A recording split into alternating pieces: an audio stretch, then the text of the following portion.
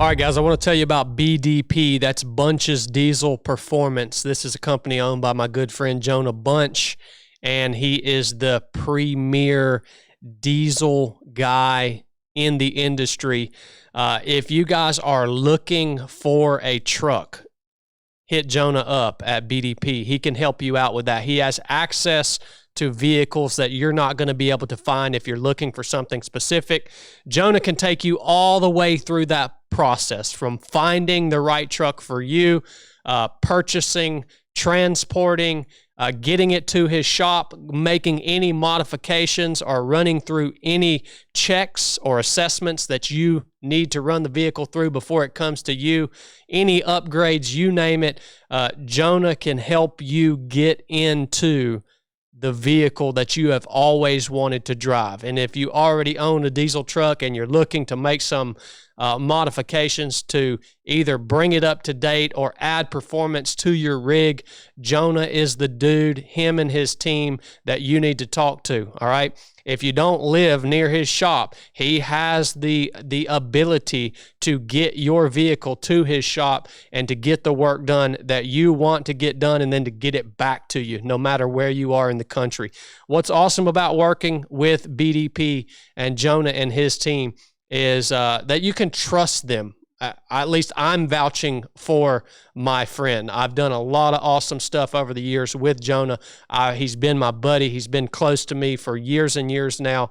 And that's one of the biggest problems when you're looking to get work done on your rig, or you're looking to purchase something new and really get into the vehicle that you've always wanted. The hardest part is finding a shop that you can trust, not only to be responsible with your money, but to provide quality work. You're going to get that from BDP. So you guys check them out. Jonah's website is bunchescustoms.com. There will be a link in the description of this episode. You can find him on Instagram. We'll attach a link in there too. And also on YouTube. He's putting out a lot of awesome content from his shop.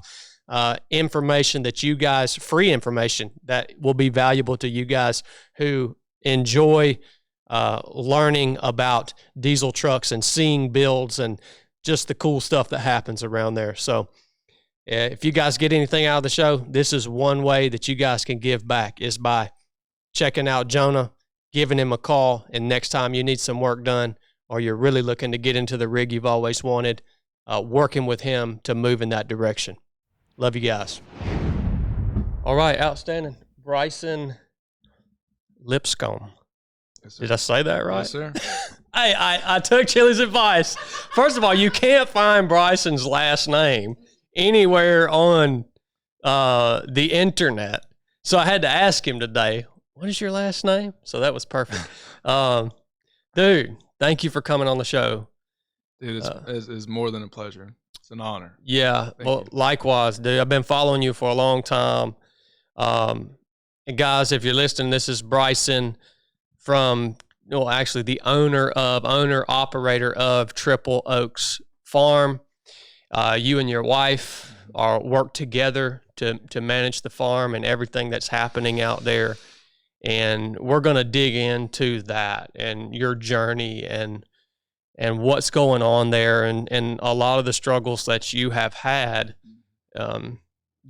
bringing your calling to life, and kind of the things that you figured out along the way. Because what you and your family are doing, Bryson, is the ultimate way to like freedom and sovereignty as a human being. All right. We identify, both of us, as sons of God, as Christians, and that is our greatest hope. Yeah. But we're living in this life. Yeah, right. and the ultimate path to freedom and sovereignty in this life is the path that you guys are walking out. And to me, it's commendable. It's something that I aspire to do. It's breaking away from the system, and it's regaining control over just your ability to live. Yeah. And feed yourself and care for yourself and your family. Yeah. It's controlling in this crazy world at least one part of our life, you know. Big part. Because we can't control a lot, right? And we spend a lot of time, probably wasted time, worrying about things that we can't control. But feeding my family and myself and a small part of our community is something that I can control. And yeah, the fulfillment that comes with that, dude, is undefinable. You can't. I would encourage anyone to grow at least part of your diet. You know what I mean? So yeah, no, I'm looking forward to sharing it. It's been a journey, dude. We've got more stories, I think, in the first 5 years of running a farm than most. It has not been quiet, that's for sure.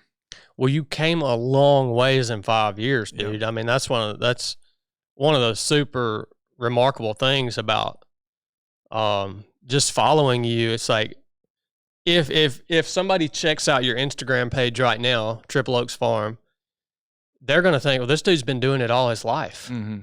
Because you're in a smokehouse, preserving and smoking your own meat. You're processing animals. You're bringing back these ancient skills that man has lost. And it seems like it would take a lifetime to relearn those things because we have lost them. But I mean, you didn't grow up as a farmer, right? No, I did not.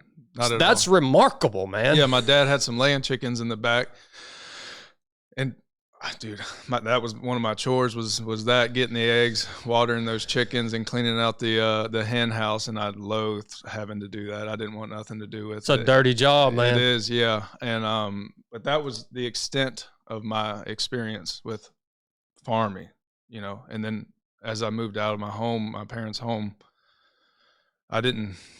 it's not like I had been researching this for years or anything like that. I didn't know anything about it. I didn't have any inclination that I wanted to farm. It was never a desire of mine or my wife's. My wife didn't, I didn't grow up on a farm, but she grew up even further from anything like that. So it is amazing how I'm so proud of her, dude. The Lord has blessed me with an incredible partner to walk through this life with, and the things that she has taken on in this farm. I mean, I've seen that woman. She was a cheerleader in high school, very feminine woman, which I liked about her. We were in high school together. We went to church together, and I liked that she was a very put together female. You know, she wasn't a tomboy or anything, and we had a lot of those in our area, and I liked that she was like this prim and proper lady, you know what I mean? And she's a registered nurse. You know, she went to Liberty University and got her nursing degree, and that's what she did. And then fast forward a few years into this farm, I've seen her shoulder deep with her arm up in a sow's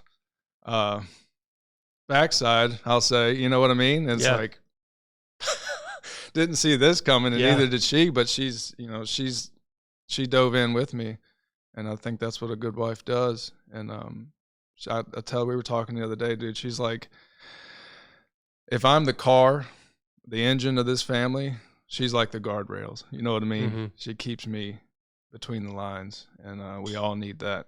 But yeah, I guess I can start how we kind of came into farming. Yeah, I'd like to go back even before that, because I think that's what's so uniquely inspirational to me personally about your story, and to people listening to this who might be feeling this urge to kind of break free from the system. They might be realizing that the system is a failing system when they're going to the grocery store and they realize that you got to kind of make a 6-figure income to eat steak 2 nights a week. And, a good organic grass-fed chicken breast is $20 a pack, $25 a pack. You're spending $50 on 4 chicken breasts. Vegetables from the grocery store don't taste like anything. They taste like water. A tomato doesn't taste like a tomato. Yeah. Things are intermittently out of stock. You can't even find them. The quality is iffy at best. And so people who are seeing this and feeling this urge to kind of break free from the system, I think the reason they can connect so much with your story, and the reason I've connected so much with your story, is because your story is unique. Guys like Joe Salatin, not to take anything from him, but he grew up in it. He inherited a farm. Yeah. And you look at somebody like that and you say, that's a big leg up. Right. That's not your story. Yeah. And so I want to even go back prior to you guys getting into farming and just talk about who you were kind of in your late teenage years on through to your military service and how all of that kind of plays into leading you to the place that you are today, man. Well, and my testimony is going to work itself in there too. Yeah. So this might be a little lengthy. Send it, man. I want to hear it. So yeah, you know, as a teenager, well, as a kid, my whole life, I grew up, you know, my family, we were in church 3 times a week, you know, Sunday morning, Sunday evening, Wednesday evening. I did, you know, all the things you're supposed to do, you know, missions trips, youth groups, Awanas, you know, vacation Bible schools, camps, you know, all the things. And then as I got into my teenage years, I slowly started getting away from that. My parents were giving me more freedom to make my own decisions. And I started slipping away from that lifestyle. But it needs to be said, you know, just because I was going to church and doing all those things, I never had a relationship with Jesus Christ. I never did. I never read the Bible. I memorized Bible verses for Awanas so I could get me a candy bar. You know what I mean? But that's not a relationship with Yeshua. You know what I mean? And, you know, as I got older, I got further and further from even a resemblance of that. You know what I mean? And I always played football. I think a big part of my story, it comes down to purpose, because my whole life I've been looking for purpose. And trying to find it in all the wrong areas, in all the wrong ways. And I played football my whole life since I was 5 to like 19, 20 years old. And I thought that was who I was, you know what I mean? And I went to a small college in Virginia, started as a freshman. I was playing, I was doing well, and I got hurt. And that was the first time that I was a student and not a student athlete. And I found out real quick that I always hated school, but I really hated it when I wasn't playing ball. You know what I mean? And I started getting kind of depressed because I didn't have that thing that I had been doing my entire life. I didn't have that purpose. And so that's when I started drinking pretty heavily then. Because I think I was just depressed, you know. I was just sad. I didn't have anything. I didn't have any goals or anything driving me to keep me on some kind of path. And I ended up basically flunking out of college, and that's when I decided to join the Army. I'd always admired the military. It's kind of hard not to in this country as a young man. I mean, it's so heavily, the propaganda that they put out is effective. You know what I'm saying? So I'd always admired them. There was always that Marine recruiter in my high school in his dress blues, you know, standing in the cafeteria. Yeah, that looks different, man, when you're growing up in rural Georgia or Virginia and you see that. You're like, good night. It's what so is different. that, dude? Yeah. And I'd always talk to the Marine recruiter and always told him, like, I'm going to college to play football. I can't join the Marines, you know.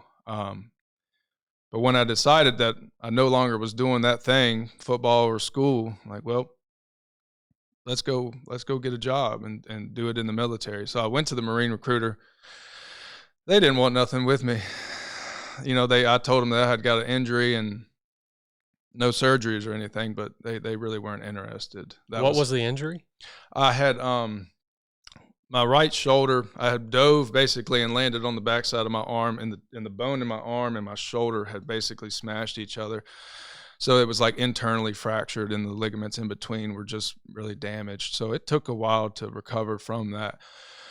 But nothing like truly long term. You know what I Mhm. mean? I had an MRI and they wanted to see all these doctor's notes and this and that. And I was like, well, I don't have that, you know, and I'm certainly not going back to try to hunt those things down. You know what? You want me to do pull-ups on your little pull-up bar? I'll knock out 20, you know, and they didn't make it easy, I Yeah. guess is what I'm saying. So in that area, Lynchburg, all the recruiters are in the same little strip mall. So I'll literally just walk down the sidewalk into the Army. It was the same where I joined, man. And I joined in a mall. It was a Arbor Place Mall. and And yeah, they were all in a row. yeah, I mean, it's convenient. And it was kind of, not to bash on the Marines, and this is, you know, just a one-off, I'm sure, but when I walked into the Marine recruiting office, you walk into the front door, and there was desks in this front area, and no one was at them. There was, like, stuff everywhere, like, kind of junky looking, and just this one woman in the back office who, like, when I came in, I stood there for a minute. I had my dad with me. And I was like, hello? And like this woman like pushes her little swivel chair into the door. She's in civvies and she's like, can I help you? And that was the start. I'm like, did I not just walk into what do you mean, can you help me? You know what I mean? Like, They must have all been on their lunch break. I don't know, dude. I'm like, I'm a 20-year-old, you know, I got a buzz cut and I always had, you know, I'm in shape. What do you mean? Can you help? Yeah. I thought it was pretty obvious what I was here to do, you know, and I just got a bad taste. So I went to the Army recruiter, complete opposite. Everyone's in uniform. Every desk was manned. When I walked in, a guy stood up, introduced, you know what I'm saying? It was professional. Mm-hmm. And so that's where I started my recruiting process and decided to join the infantry because I had an uncle that had been in the infantry for a long time. He retired as a first sergeant. So I grew up kind of hearing stories from him, talking to him. You know, he was in Iraq several times. And so I had it on my mind. I wanted to be a grunt, you know. It was kind of like a bucket list item. I wanted to go see what war is like. Because like I said, you grew up seeing it on the news almost every night, especially post 2001, you know. And you see these little firefights they were covering. I shouldn't say little firefights. Sorry. You see these firefights, and it looked exciting. And I was like, I want to go see what that's all about. Yeah. Which kind of sounds a little crazy, but you know, you're a young man in this country. It's What year would this have been? 2011. 2011. Okay. Yeah. Well, you grew up in a similar time as me. Yeah. Seeing it, hearing about it, and even prior to '01, I mean, I grew up, dude, G.I. Joes. I had a collection of G.I. Joes that would fill the studio, man. And Yeah. the little plastic army men that were on the little platform thing, and you could set up entire battlefields and firecracker IEDs. And so, yeah, man, we grew up. I get that completely. But this was, you know, joining the Army was my new purpose that I was chasing. I was so fired up, dude. I had a few months before I actually shipped off. And I was still living on campus at the time, just bunking with somebody, basically, not a student. They would bring me food from the chow hall, you know, make me a sandwich and bring it to me. And I would just be lifting weights and partying with everybody. And I was just that guy for a little while. Kind of a weird time. But I would be sitting in the dorm room with my laptop watching. This is so corny after you've been in it, but I would just be watching and listening to cadences because I thought it was the coolest thing. Mm-hmm. I was like, these guys running around like Ranger, you know, all the things. It's like, yeah, like we're going to go. I get that, dude. I was so fired up. And this was going to be my new thing. This was my purpose. I thought this was my calling in life, you know. And so I shipped off to Fort Benning, Georgia, to go to Sand Hill. That's where all the infantry guys are trained. And I did that. They ended up giving me an airborne slot, or actually it was they were going to send me to what's called RASP, the Ranger Assessment Selection Program, which they send you to airborne school first. And so I went to airborne school, and at that time, I was so sick of training. I mean, infantry's like 3 months, you know, there's no beginning phase, and then AIT, which is like more relaxed. It's all just kind of sucks. the whole time. And then I was in airborne hold, is what they call it, for another month, basically, which you might as well still be in basic training. So it's like I'm still not in the Army. You know, I'm sweeping parking lots for no reason, getting smoked for no, you know what I mean? No freedom. And I really, I didn't like that. Not that anybody does, but I was just ready to go work. You know what I mean? Yeah. And so I went to RASP, and I was there for another couple months.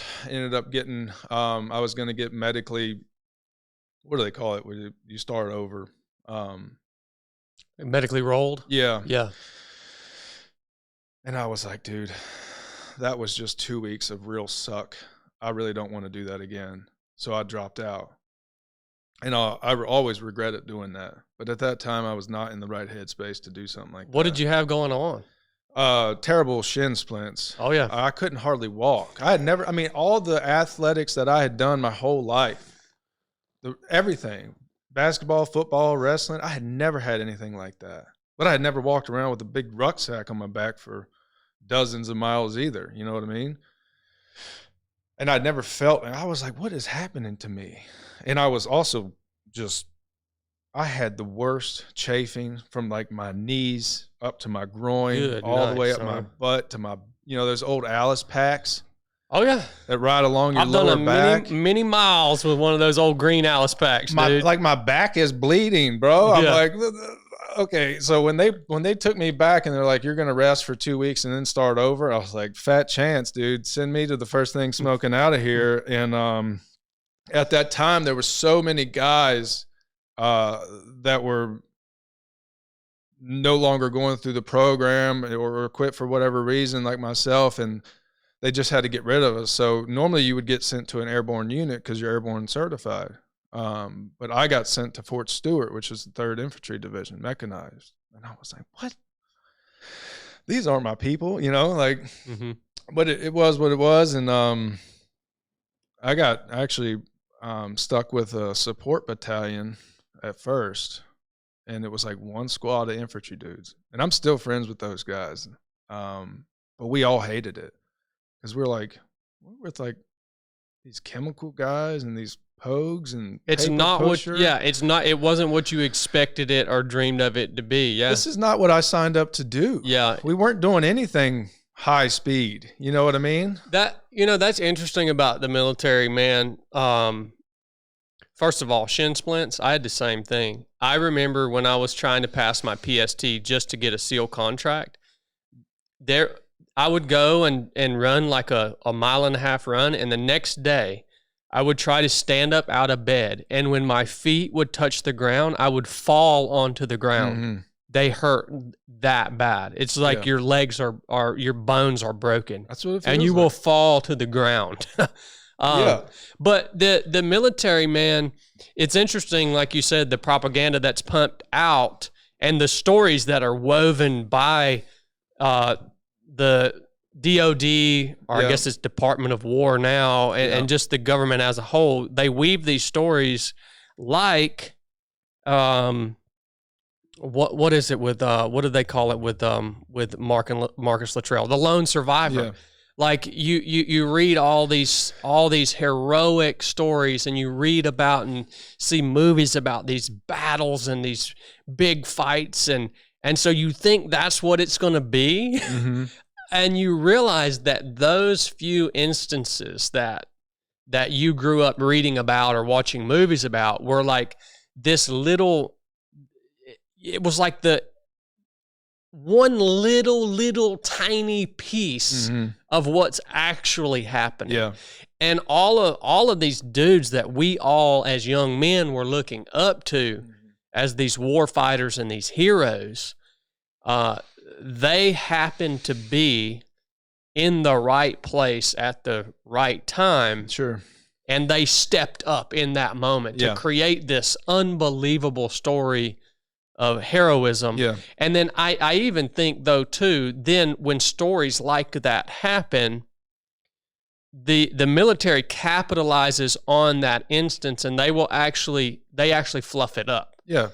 It probably didn't look like that to the guys actually on the ground. I'm not saying in all cases, but I had a similar experience to you in my military career. I mean, even as a SEAL, you get to the SEAL team and you look around you and you're like, this isn't what I had in my mind this was going to be like. And that's hard, dude, as a young man. Like, it's hard not to get a really bad attitude, because that's what happened to me. I got a terrible attitude. Me too. No, 100%. And those instances, those scenarios, they're very marketable and they take advantage of it, which, you can't blame them. It's a recruiting tool. Yeah. I had a terrible attitude. I hated I was getting in a pretty bad place because I wasn't doing anything. We weren't going out and training in the woods. We weren't shooting. We weren't doing nothing. And then I also didn't have like the camaraderie that I wanted. Other than those few guys that I was with, and we all were in the same. We all didn't like being there, but we got, how do you get out? And I really. I mean, I was going crazy. I was depressed. I was like talking to other people about, like, this is not why I joined the Army, yada, yada, yada. And the deployment was coming up to Afghanistan. And we were going to go with this unit. That's what I was supposed to do. And I'm looking at these other, the infantry line units and stuff, they're deploying as well. And that's when I really started getting crazy. Like, I was losing my mind. And finally got to the spot. I was like, you know how your chain of command always tells you there's an open door policy. You can go talk. If you ever need to talk to us about something, come in. And in this support battalion, I had a female company commander and a male first sergeant. And I was in every time they were in their office, I was in there. I was like, you got to get me out of here. Like, I'm losing my mind. Like, I want to deploy, and I want to deploy with them. Like, what do I have to do? And it took me several conversations with them, and I think I finally conveyed to them enough that, like, I am going crazy, like, I'm chomping at the bit, and it ain't to do what I'm currently doing, you know what I mean? So they transferred me, and dude, it was like I was the happiest little boy you ever seen, man. And by then, those units, they had already gone on their pre-deployment, 2-week leave, and I'm showing up like days before they leave. So I got to run home for a few days, and that was it. And that was fine with me. I didn't care.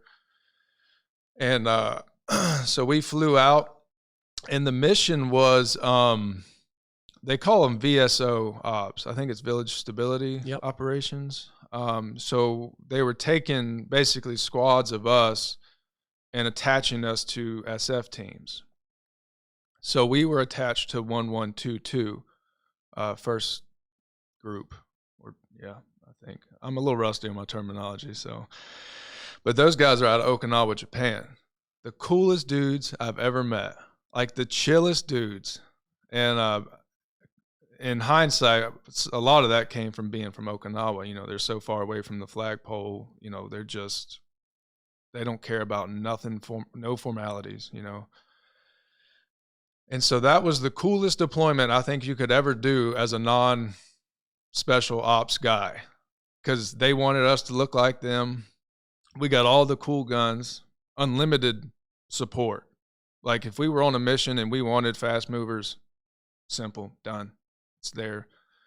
All the bullets, all the bombs, it was so fun. We made T-shirts for that. We were at Camp Anaconda, which you had somebody on recently talking about Camp Anaconda, which was really cool. I was fired up. I was talking to my wife about that. But that's where we were at. And we called it Combat Summer Camp, because that place had been there for like a decade or so, maybe longer, and had solid walls around the outside. We had, I forget, like in that country in Afghanistan, there's several different types of people. You've got like the Pashtuns and the Daris or whatever. Or I think these were Hazarians. I might be wrong on that. But they were not like the old school guys walking around in, the man dresses and keeping everything like that. These guys were rolling around in like jeans and a leather jacket. And they had been working at Anaconda for a while. And what they did was, they kept they would take out the trash. They pulled guard at night. A group of them would even go out on missions with us, and we called them the CMRG, the Counter Mine Reduction Group, which was literally, they had 2 old Humvees. In the front one, they had welded like a bucket seat on the front of this Humvee, and it was a guy's job to sit there and look for IEDs. And every IED that they found, they got a bonus. What an insane job. Yeah, no kidding. Dude, insane. But it was nice for us. The biggest benefit was we didn't have to pull guard. We could sleep at night. There was 30 some of us in total, and it was a super chill spot. We had rooms and stuff and a little chow hall and a gym. And so all we had to focus on was ourselves, keeping our weapons and kit and everything squared away. Rest when you can, eat when you can, and just be ready to roll out at usually 2 a.m., which is, that sucks. But so you can be knocking on that first door at daybreak. Yep. But it was a great deployment. Nothing super crazy happened. Nothing, no lone survivor story. Thank the Lord. Yeah. You think you want to get into that until you do, and then you don't. But I learned a lot. I was really close friends with an 18 Bravo, a weapons sergeant. He taught me so much. On our off days, we would spend them on the range. I was the acting sniper for that deployment. I'd never been to sniper school. I was just happened to be the best shot in our squad. And so we spent countless hours on the range. He was teaching me everything he could. We would break weapons down. Like, we would take the M4 all the way apart, not just the basic clean it. You know what I mean? Yeah. And I still know him, and I still text him every now and then. But all those guys, the engineer, the guy doing the C4 and stuff, he taught us. I mean, we were working with C4 and like deck cord, and I mean, it was amazing. As just an infantry grunt, like this was the most amazing time of my life. And we had a good time. We ended up pushing out of Anaconda's in the Aruzgan province. I'm blanking on the district. Kaz Aruzgan is where it was. And then we pushed out of there, and we went up to the Musai area, which is just outside of Kabul, up a little bit further north, which was completely different. And we switched teams. We were now with, I think it was 3rd Group, which was out of Bragg, and also very different. Like it was a whole different vibe, as far as like the relationship we had with those guys. It wasn't the same. But that place, we went from living like the luxurious life of Anaconda to filling sandbags and building HESCO barriers and eating MREs and no showers. And it was like, which was also cool. I was like, okay, this is real like infantry stuff here. Like we're kind of in the suck, which I liked. Pulling guard at night, drawing those little diagrams in the guard tower of like all these different ranges. This rock is here, and then like every time you see something moving, somebody doing something, you write it down. And we were so far out there. Well, that wasn't too far out there, but it was like so new that like we had some other unit roll up on us one day. And Matt V's, with the Crow system and the 50 cals, and they're trained on me. I got a 50 cal looking right at me. They didn't know what you guys were doing there. They didn't know we were Americans. Huh. And so, like, I'm standing there with a saw and shorts and a T-shirt, and I mean, of course they'd be looking at me. I'm pretty dark anyway, so we weren't shaving much, so you really can't blame them. But I'm like, are we getting ready to throw down with our own guys? Like, if so, let's go. But that was nuts. Yeah, I bet, man. I remember the team sergeant went out there, the master sergeant of that team, that SF team, and he was pissed, dude. He was like, I remember he was a little guy. He was just going off. But anyways, we came home in 2000. That was 2012 to 2013 is when we were there. And we came home, and I continued to, at that time I was with the sniper section in the recon platoon, and that was awesome. Like, cause we had so much independence, dude. We would go out and do stalk lanes. If So we you enjoyed the sniper stuff? Oh, dude, I loved it. Like crawling on my belly in a ghillie suit and making it 10 meters in an hour. I ate it up. Like it was so, I love being sneaky. I didn't have the patience for that crap when I was in my 20s, dude. Where you're like pushing your fingers out and going, Yeah. It's It like, always seemed miserable. I think I could do it now, but in my 20s, I told him send me to breacher school, man. Yeah. I didn't want any part of that sniper stuff.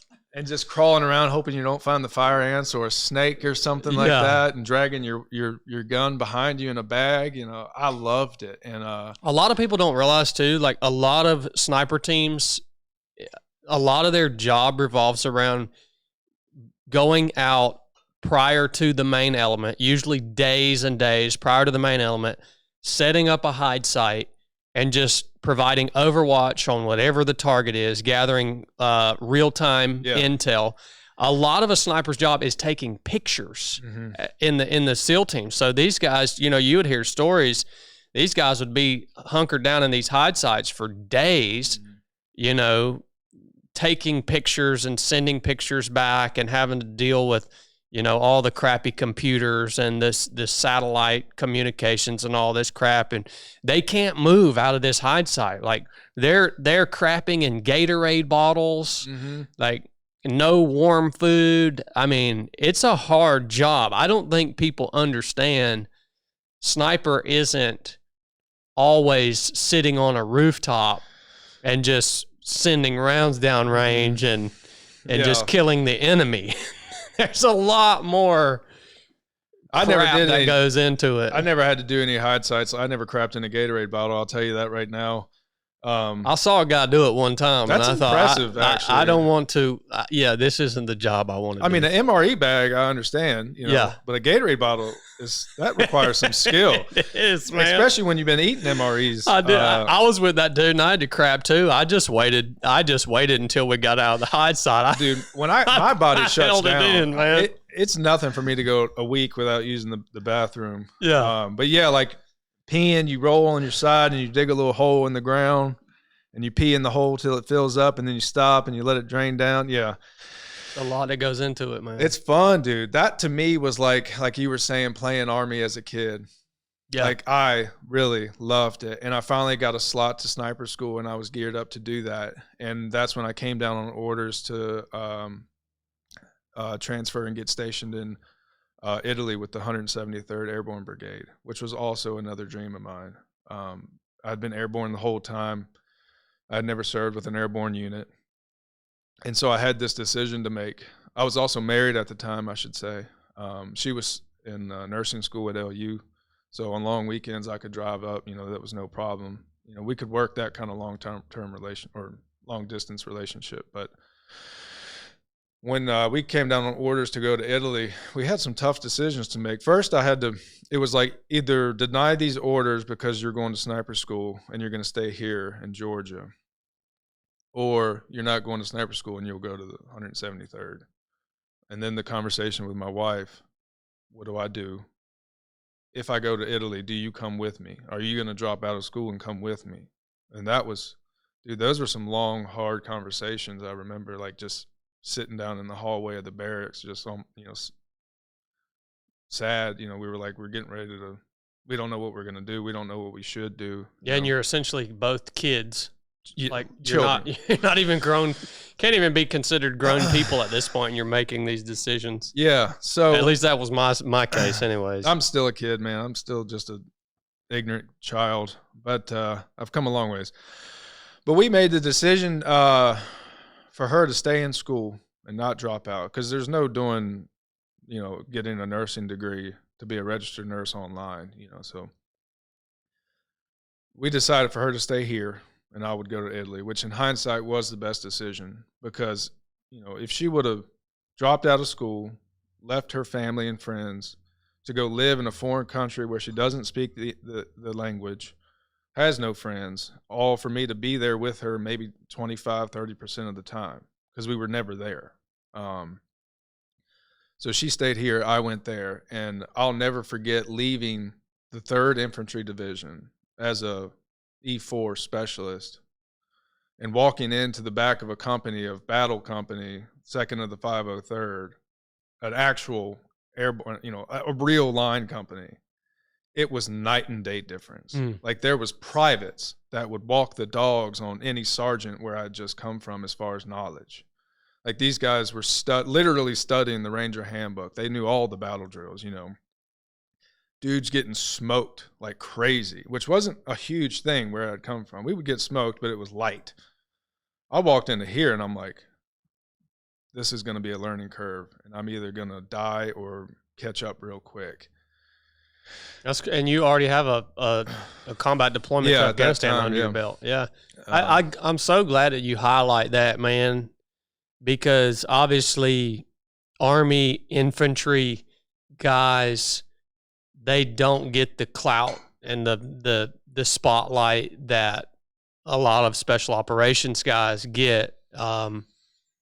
And those dudes, I mean, I have a great friend named Tyler Hardy, and he kind of joined the same time I did, and so I was able to just stay in touch with him and follow his career. And he was an Army infantry guy, and just the amount of combat experience, the amount of knowledge that he had amassed through not training but combat experience, the length of his deployments, and the amount of time he had overseas. I mean, I didn't know I don't know of a single dude at my SEAL team who had the amount of combat experience that Tyler had.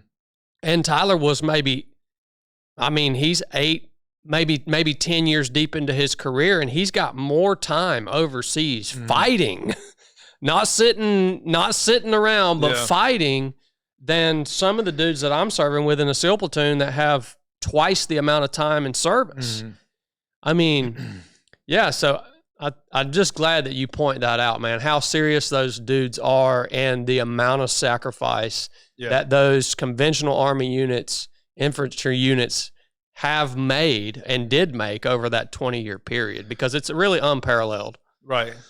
And sure, there are some duds in there like anywhere else. Of course, there's duds at the SEAL team. When I walked into Battle Company, I was walking into, this is the company that the documentary Restrepo was. Have you seen that? Yeah, I have. That was this company. I mean, a few years before I got there, of course, but that carries on, dude. Like there was still a guy that's in that documentary was there. He was a fister, Murphy. He was there, and you're just kind of like in awe of these dudes. You know what I mean? One company down, Charlie Company, had a Medal of Honor recipient for Afghanistan. So it was just like this whole different league of infantry. You know what I mean? But I loved it, man. There is no like real training in Italy. The only range was a 25-meter indoor range to zero your gun, and to jump, we would have to fly or travel on buses a few hours south to this Air Force base to get a jump in, which just makes it for a terribly long day. Yep.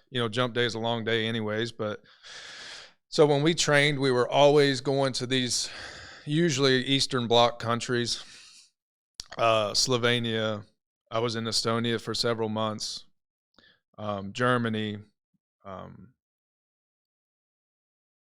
We were in Ukraine for several months during 2014, which I didn't know what was going on. It's funny how brainwashed you are when you're in the military, but like 2014 is when the U.S. was implementing or basically conducting a coup as far as the powers that were in position. And that's why the fighting was occurring, on the eastern side of Ukraine. I didn't know that then. I didn't bother to look into it either. There were signs, like when we would go to Lviv, they would give us a day to go get liquored up on the town, basically. You would see like posters and stuff that was very anti, U.S. government. We were at this brewery one time drinking these beers with these labels that had caricatures on them of like Obama and Trump and these other people. And I didn't know what it said, but you could tell it wasn't like good. you know. Yeah. But we were just there to drink the beer and not learn. But so we were all over Europe, which was a lot of fun. You know, I've been to more countries than I have states because of that, and lots of great training, cool guy stuff. You know, I remember we were in Estonia in Blackhawks, weaving in and out of these windmills. And I remember, like, I had, like, you have those moments in your service or life where it's like surreal. Like, this is cool. Like, I had like Creedence Clearwater in my head. I'm like, you know, Yeah. I'm like, this is freaking awesome. Yeah, that is, I've tried to describe that to people too, man. Like, there are these weird moments when you're doing that job where it just, your reality seems surreal. Yeah. Like you're like, what is this?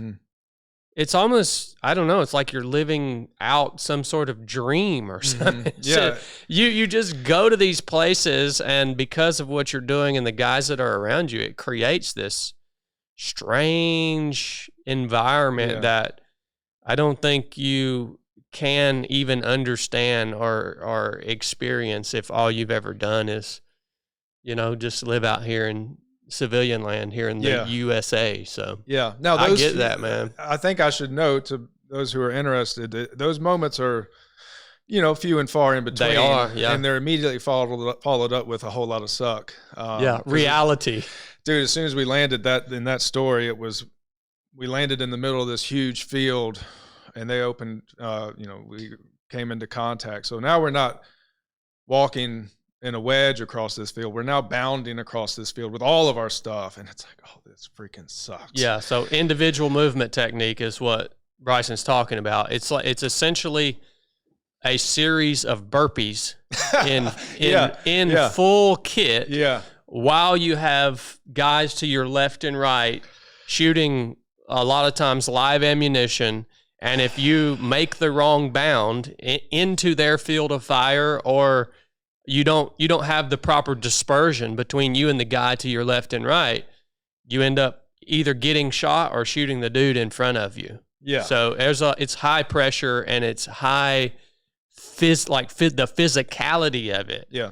Especially if you're running a dub, a Mark 48 or Mark 46 belt fed machine gun, like, dude, it is rough, son. Yeah. And sometimes for hundreds of yards. You know, when that happens, you're generally trying to go as far as you need to go using that technique to get a terrain feature between you and whatever the contact is. Yeah. Yeah. A tree or brutal, something. Man. Yeah. That Estonia was fun. Like, we learned a lot. We would do these things. Like in Germany, they called it they called it a patrol academy. We were in Grafenwehr, which in the airborne units, most of your squad leaders have been to Ranger School. That's kind of a requirement. And they were all like, this is basically Ranger School in 2 weeks. It sucked. But you learn a lot in that suck. You know what I mean? And you learn to have an appreciation for it. But anyways, we did a lot of cool stuff with the 173rd, very prestigious unit. I have so much respect and admiration for those guys. I had a whole lot of fun.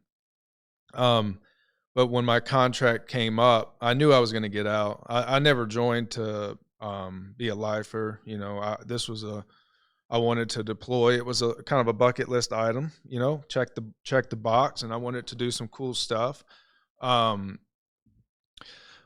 But I was also tired of living out of a bag. I wanted to go put roots down, you know, do something permanent, create a life. And so I didn't re-up.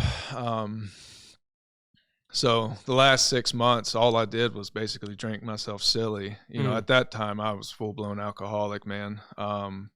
For whatever reason, you know, it's easy to blame deployments and stuff like that, but it was just an excuse. I think it was just something that was in me. You know, my parents didn't drink growing up.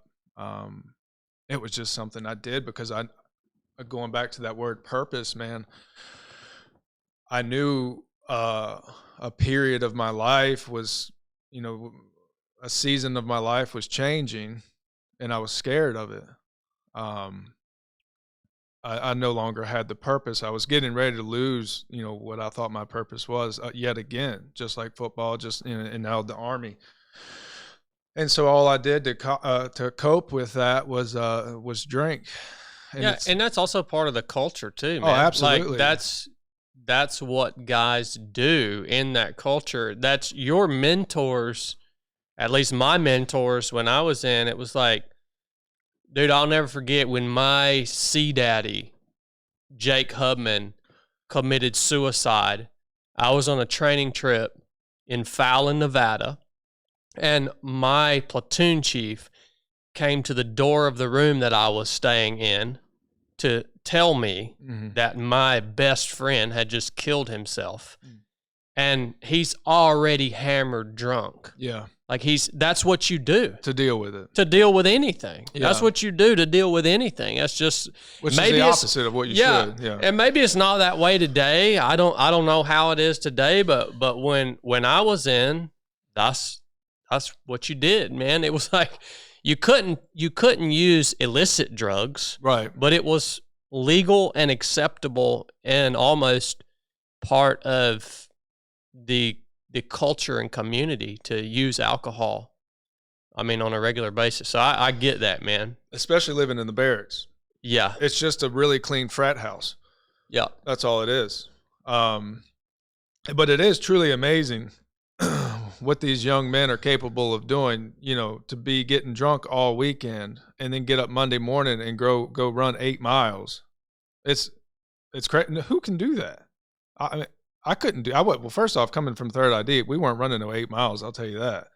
But when I showed up there, every Monday morning was an 8 mile run, and it was awesome because we could run off base in Italy. We were in Vicenza, Italy, so you're running through this beautiful city.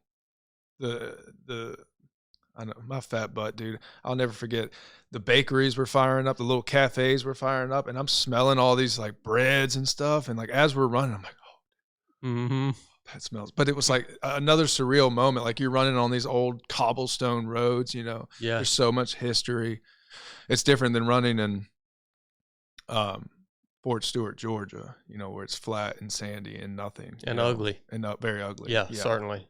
But those guys they can do it somehow. You know, you might puke a few times on the way, but you're going to get the job done. Yeah. And yeah, go ahead and try to not drink for a few days in the barracks. Someone's knocking on your door with a bottle of something or a case of beer and like, hey, man, and then it just starts all over again. But I don't want to, you know, I don't blame that. You know, I was making my own decisions. It's just easy to make that decision in that environment, like you said. So when I came home in 2016, my wife and I, we were renting a single wide trailer at the time.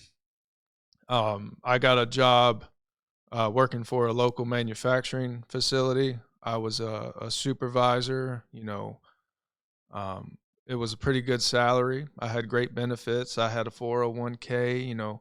On paper, I had all, you know, as far as getting out of the military, I was doing great, you know, on paper.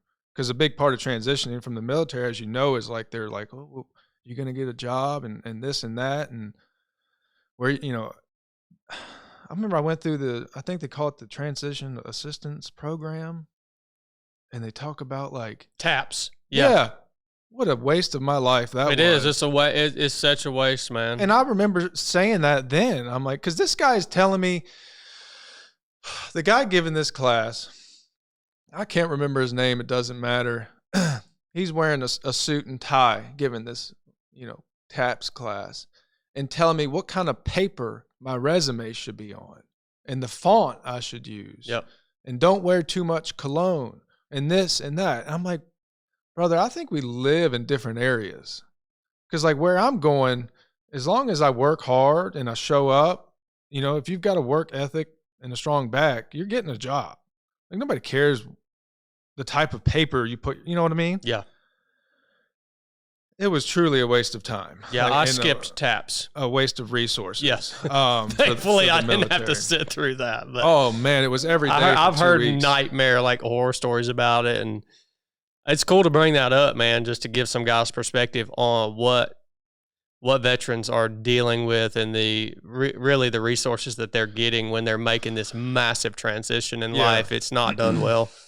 And it's no wonder why the veteran community struggles so hard, man, when they get out. Yeah. And some people can't be helped, but I think it could definitely be done a lot better than it's done. And the military has the resources to do it right. They don't really care. When you leave that machine, dude, they don't. Somebody's right behind you. It doesn't matter, dude. I don't care who you are. I don't care if you're the superstar operator at SEAL Team 6. You leave that machine, dude, it just keeps rolling right on without you, man. Yeah, and it's even funnier, being a business owner now, looking back at that, and I just shake my head even more. It's like, they got the wrong people teaching these classes, Like, it could be a big help, and I think farming could be – I think veterans in farming is very valuable because 100%. For one, I work alone for most of the day, which is nice. And every day I get to wake up and I get to decide what I want to do that day for the most part. The animals have their needs, their daily needs, but I have such a freedom, I get to make my own plan. There's no one telling me what to do. And that works for me. At this point in my life, I don't care what business it is, but we're going to own our own. We will be entrepreneurs for the rest of my life. And if I have to work for somebody else, it won't be a big company. It'll be a small, I'll go work for a buddy's construction business or something like that. It won't be this formal corporate type. I did that. I worked in that manufacturing facility for 4.5 years. Wow, man. You were there for a while. It felt like 10. But the first few years, dude, I was just drinking myself to death. I wasn't exercising, lifting weights. I didn't do anything. I was working like basically 13-hour swing shifts. You'd work nights and days within the same week, which I don't understand why they do that, but that's crazy unhealthy. But I would get work that shift, and the only thing I would ever think about is like, I can't wait to get off so I can get drunk. I mean, that was as far as my long-term vision went. Dang, so you were in it. Yeah. You were in it deep. Yeah. Yeah. That's a problem at that point. Yeah. And I knew it. I think everyone probably knows it. It's a problem. Did your wife see it? Oh, yeah. Oh, yeah. How was she dealing with it? Like, was she praying for me? Yeah. Every time anyone would try to bring it up to me, I'd get real defensive about it, as you do. Of course, yeah. I hated my life. I thought I was depressed, and that's where the VA comes into this. They wanted me to go to see the psychiatrist and the drug dealer, psychologist. Yeah, exactly. What is it? The psychiatrist is the one that prescribes the drugs, and the psychologist. Am I saying? I think that's right. Yeah. Well, the one that you would just go and talk to was more beneficial than the psychiatrist. Because, dude, I would go in there after talking to the psychologist. I would go to this lady, this older woman. She would barely even look at me. She would stare at her computer screen, literally read me these questions off of her computer, and just check the blocks. It was the most unhuman thing. And I ended up on 7 different prescriptions from the VA while being an alcoholic. I'm talking crazy pills to sleep at night, benzos, SSRIs to try to, mood improve, all these things. The things that you're not supposed, not knowing what I know now, you're not supposed to quit cold turkey because they can kill you. Yep. Along with quitting alcohol, cold turkey can kill you apparently too. 100% it can.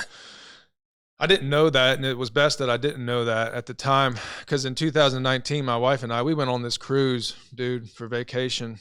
And of course, I got the drinking all you can drink package, brother. So that's all I did for 9 days.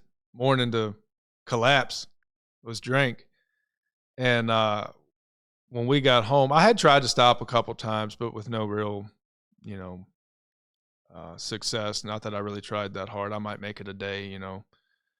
But when we got home from that just about broke me, because I felt like I was getting ready to die. And I was like, you know, something just clicked in me. I was like, that's it. I'm tired of feeling like this. You know, I'm 29 years old, and I feel like I'm on death's doorstep. I'm overweight, you know. I have nothing going for me in my life. You know, it was a miracle I didn't get fired from that job, you know, because every day I'm showing up smelling like booze, you know, which is probably also kind of accepted to a certain degree in that world. But I just got sick of it. So I quit drinking, and I stopped taking all those pills in the same day. Cold turkey. Didn't have a single shake, side effect, nothing, which is a miracle. Yeah. I just stopped, and I just focused on one day at a time. Just don't drink today, you know. I tried to go to AA because it just seemed like the thing to do. It's not for me. And there's a lot of us out there like that. Like you go, that'll almost make you drink again, start drinking again, because you go in there with all these old timers and guys, and you're like, oh, I'm not an alcoholic.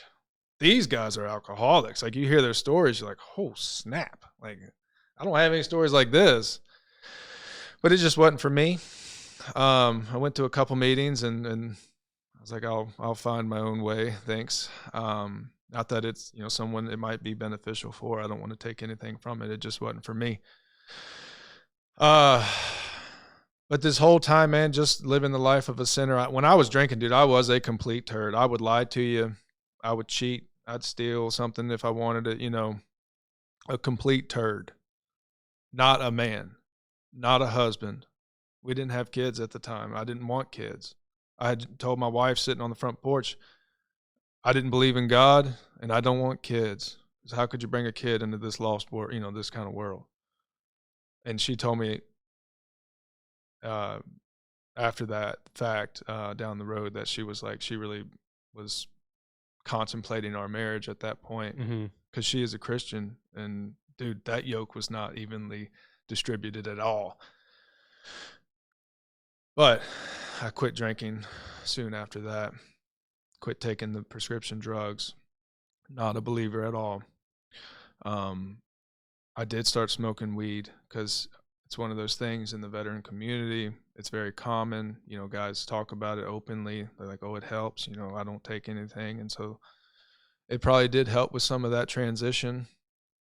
And so I smoked weed and dabbled in mushrooms for a couple years, several years. My life was 180 degrees better, though. I will say that. I was getting in shape. You know, I went from 300 pounds to 300 pounds to 172 pounds in 6 months. Good night, dude. Because I wanted to, I got sober. And like part of getting sober for me, dude, was just staying busy. And so I needed things to pursue, and so I wanted to get back into hunting, and I wanted to lose weight.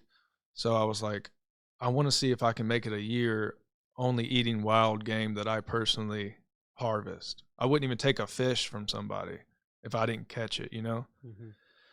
And I made it 6 months. I ran out of deer meat. You know, deer was out of season, and I was out, and I can only catch so many fish and eat so many squirrels. But I had lost like 115 pounds, so pretty kind of a success. I went from a 42 pant size to a 30. That is wild, man. It was nuts. Yeah. Now I'm back up to 215, 220. Yeah, but you're healthy, man. Super healthy. Yeah. So anyways, about a year before I came to Christ,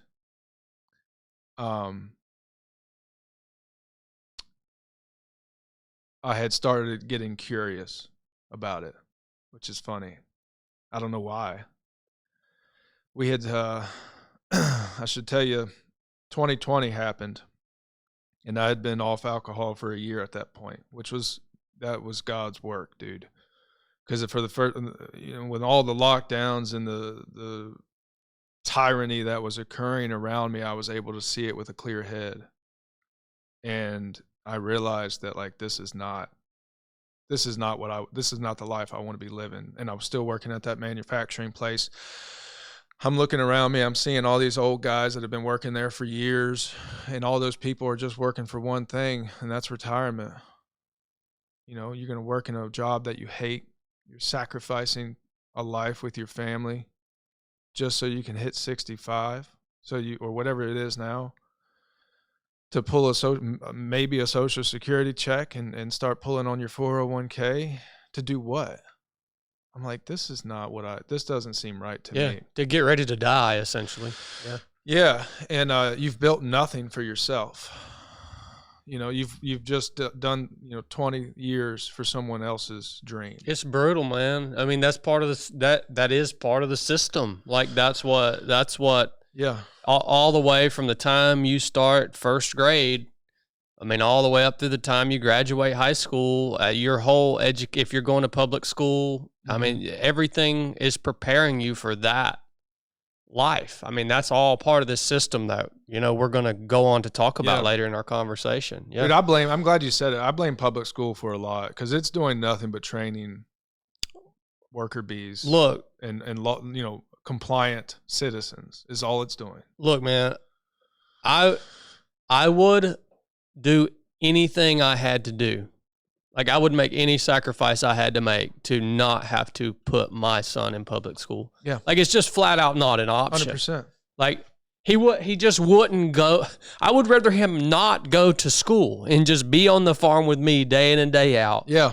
And then I'm just not sending him there. Like it really, to be honest with you, it's shocking to me how many parents, how many fathers are willing to turn their child over to the state. Mm-hmm.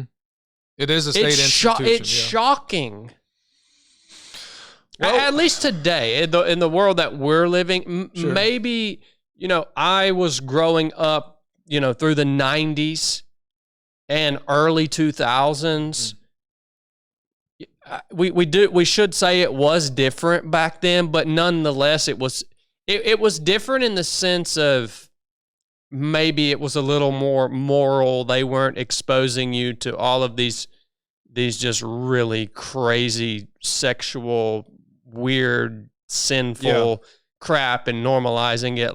But it was still the system. It was still to prepare you to go work somewhere. Yeah. For your entire life, so that then you could spend maybe 5 years at the end of your life doing what you wanted to do. There was no one identifying as a cat with a litter box in the restroom when I was. Yeah, that's how it was. Yeah, in some ways different. You would have got. You would have got beat up, I think. Which plays a part in society, of course. We got sidetracked there. No, dude, I want to talk about you being a new father as well, but I've loved all your truck talks talking about Solomon. I follow Brooks stories and stuff, and just seeing you guys come into that. Not that I'm a seasoned vet at it, but it's so cool, man. And children are nothing less than a gift from God, and you want to protect them. And I agree. I would break myself in half before I send my kids to a state institution. Same here. To be indoctrinated. With morals and values that we don't agree with. But backing up, when COVID hit, we hadn't started the farm yet. I had quit drinking and stuff, and kind of seeing clearly, and I realized that I wasn't happy. I wasn't going anywhere. I'm in this place yet again, brother, that like I don't know what I'm doing. I don't know what I'm supposed to be, Like, why am I here? It's certainly not to work in this place for the next 20 years. I know I'm not doing that. I'm not happy. So my wife and I, we sat down. She had a great job. She's, working in the intensive care unit in the hospital, making really good money. And we sat down and we crunched the numbers and we trimmed some fat. And we were like, well, what's it going to take for me to be able to take a lower paying job somewhere else? I wanted to just go be an employee, not to be in management. Because I really didn't like that. You are not a leader in a any type of corporate environment. You are just parroting PowerPoints that you're told to tell these people. Use these certain buzzwords. You know, you can't lead people. One of my, you know, you have these yearly reviews with your boss, you know, and I always got dinged on being too direct, which is, you know, that's the military in you. Like, we're not beating around the bush. I'm going to tell you what needs to be done and when it needs to be done, and there's no conversation about it. But I always got dinged on that. But I was not happy there, dude. So I left there, and it was the first time in my life, Chad, that I had made the conscious decision to not pursue a materialistic goal, a promotion, a pay raise, something better. And instead, I went backwards. I took a huge pay cut, you know, less benefits, a further drive from home just to go be an employee somewhere. It was actually a Frito-Lay place making chips, which I didn't know anything about. I still don't. It took me 4 months to figure out I really hated that, because they would abuse your time, it's ironic, because when I was a manager, I would call people on their days off and tell them they had to come in and work this mandatory overtime. And now all of a sudden I'm the guy getting the call. And I was like, this is disrespectful of my time. And I hated it. So I quit after like 4, maybe 5 months. And I had run into, we've got some Mennonite friends that live less than a mile down the road, and they build garden sheds. That's his business, very successful at it. And I was walking my dog one day, and I had just told him I wasn't liking my job. And he was like, well, you could come work for me, making less money, but I'll be 0.9 miles away from my house. I'm like, yeah, that sounds like a good thing. Let's do that. So I quit to go walk into a Mennonite, basically wood shop, building garden sheds from the ground up. I have zero construction experience, Chad. I've never used a nail gun in my life. I walk in there, these guys are hustling. I mean, it's all about efficiency, and they've got everything memorized. You know, there's no stopping to think about stuff. They're throwing fractions around. Yeah. Like I have never heard. I'm like, you want me to 3/16 of what? What? Like I'd be the same way, dude. I got to look at my tape measure and count the dashes. Like, okay, that's 3/16 right there. All right, got it. But I caught up, you know. It was physically hard. It took me 2 weeks to be able to like stand up straight out of bed. My back was so sore, you know. But I really enjoyed it, because once you get it down, you know, you're kind of building the same sheds. You might be a little bit different size, but you kind of get it down and you can really start moving. You're booking. You know, one guy's over here framing walls. One guy's building trusses. I'm framing the floor, setting the walls, you know, doing these things. And looking back in hindsight, those skills were valuable. I didn't know what for at the time, but now doing what we do now, those were valuable. Yeah. But it was during that time basically that we didn't have a farm. We weren't raising animals. We had our property, our land, which is just a little under 24 acres. We just liked the land when we bought it, you know. We didn't have any plans for it. Yeah, I don't want to skip over that. And I also want to go back to, you made a comment earlier about you were getting curious about Jesus. Yeah. Like, what did that look like? I'm getting there. Okay. I just don't want to skip over that. And I also don't want to skip over the purchasing the farm part. And maybe that needs to be more when we transition into the farm. Mm-hmm. But I don't want to skip over that, because that's one of the biggest obstacles people see in terms of moving this direction. They say, well, I could never look at the price of land, dude. Yeah. Like I'm looking for land. It was the hardest part for me when I decided I wanted to move in this direction, is finding the land. Yeah. And then having to realize I'm going to have to just bite this bullet and spend more money than I'm comfortable spending to have the right piece of land. Yeah. You know what I mean? That's right. And us buying the land was 2017, not a special story. Obviously, land and house prices and interest rates weren't what they are now. Plus I used the VA loan for that, your first time house. I forget what it's called. So like our interest rate is, I think, less than 2% or something like that. But again, we didn't buy it to start a farm. We wanted to live in the country and have, a little house and some land of our own to do whatever we wanted to do. But I do have an answer for you. And I'll get to that. But in 2020, we were the people, NPCs, I say, non-playable characters, in the video games, just walking through life, drones. We didn't know nothing. We didn't think about nothing. You just go to work and do what you got to do. And we would go to the grocery store, at least once a week, and we would buy groceries. I would buy meat. I've had a smoker since 2017, so I would always buy these big beef chuck roasts from Sam's Club. Whatever looked the best and was the cheapest, I bought. And I would cook those and eat on those throughout the week. I never thought about where that animal was raised, what it ate, how it was raised, where it was raised, what's in it. Is it full of antibiotics and vaccines? Or I didn't think about any of that, dude. And most people don't. We have been trained in this society to buy the lowest price per pound. What's the most convenient? What's the cheapest?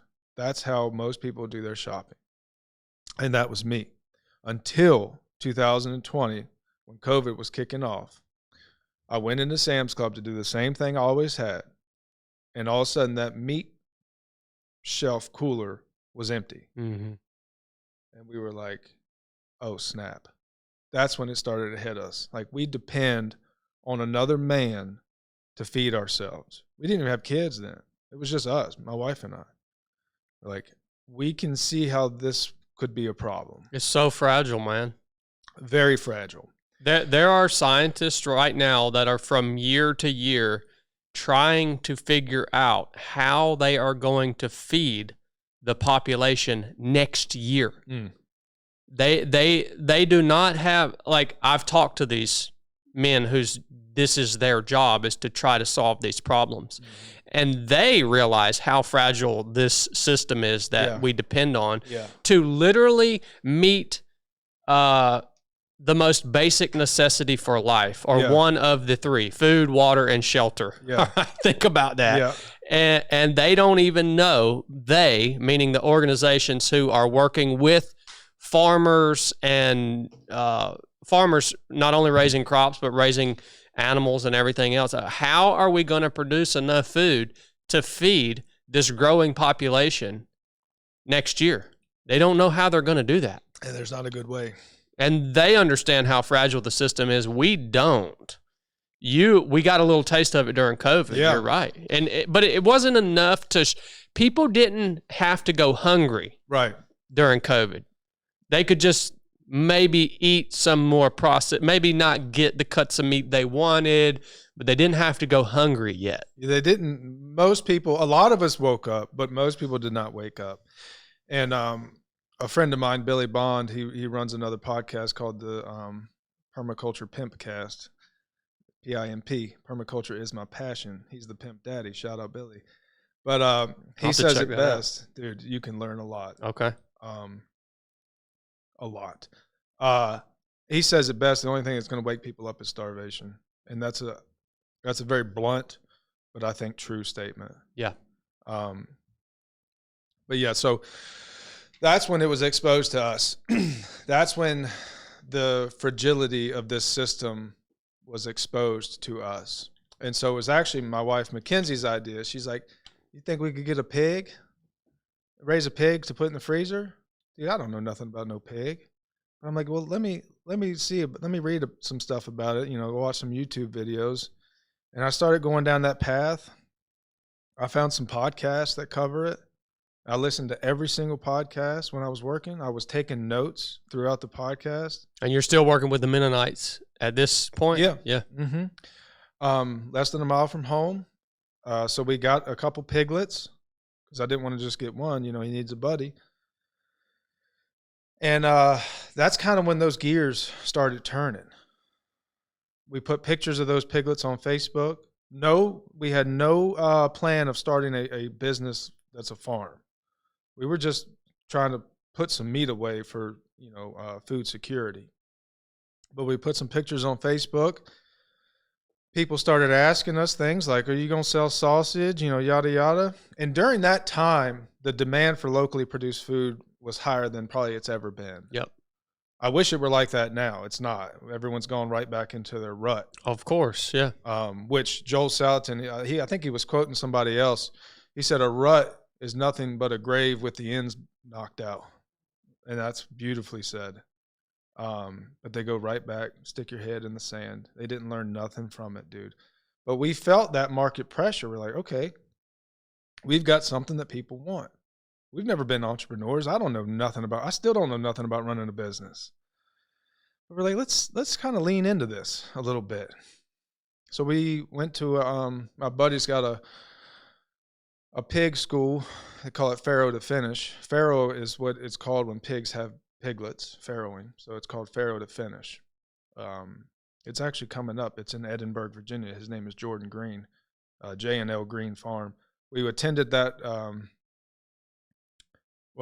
something similar to that school. He actually had done one for veterans and first responders because he's a Marine vet.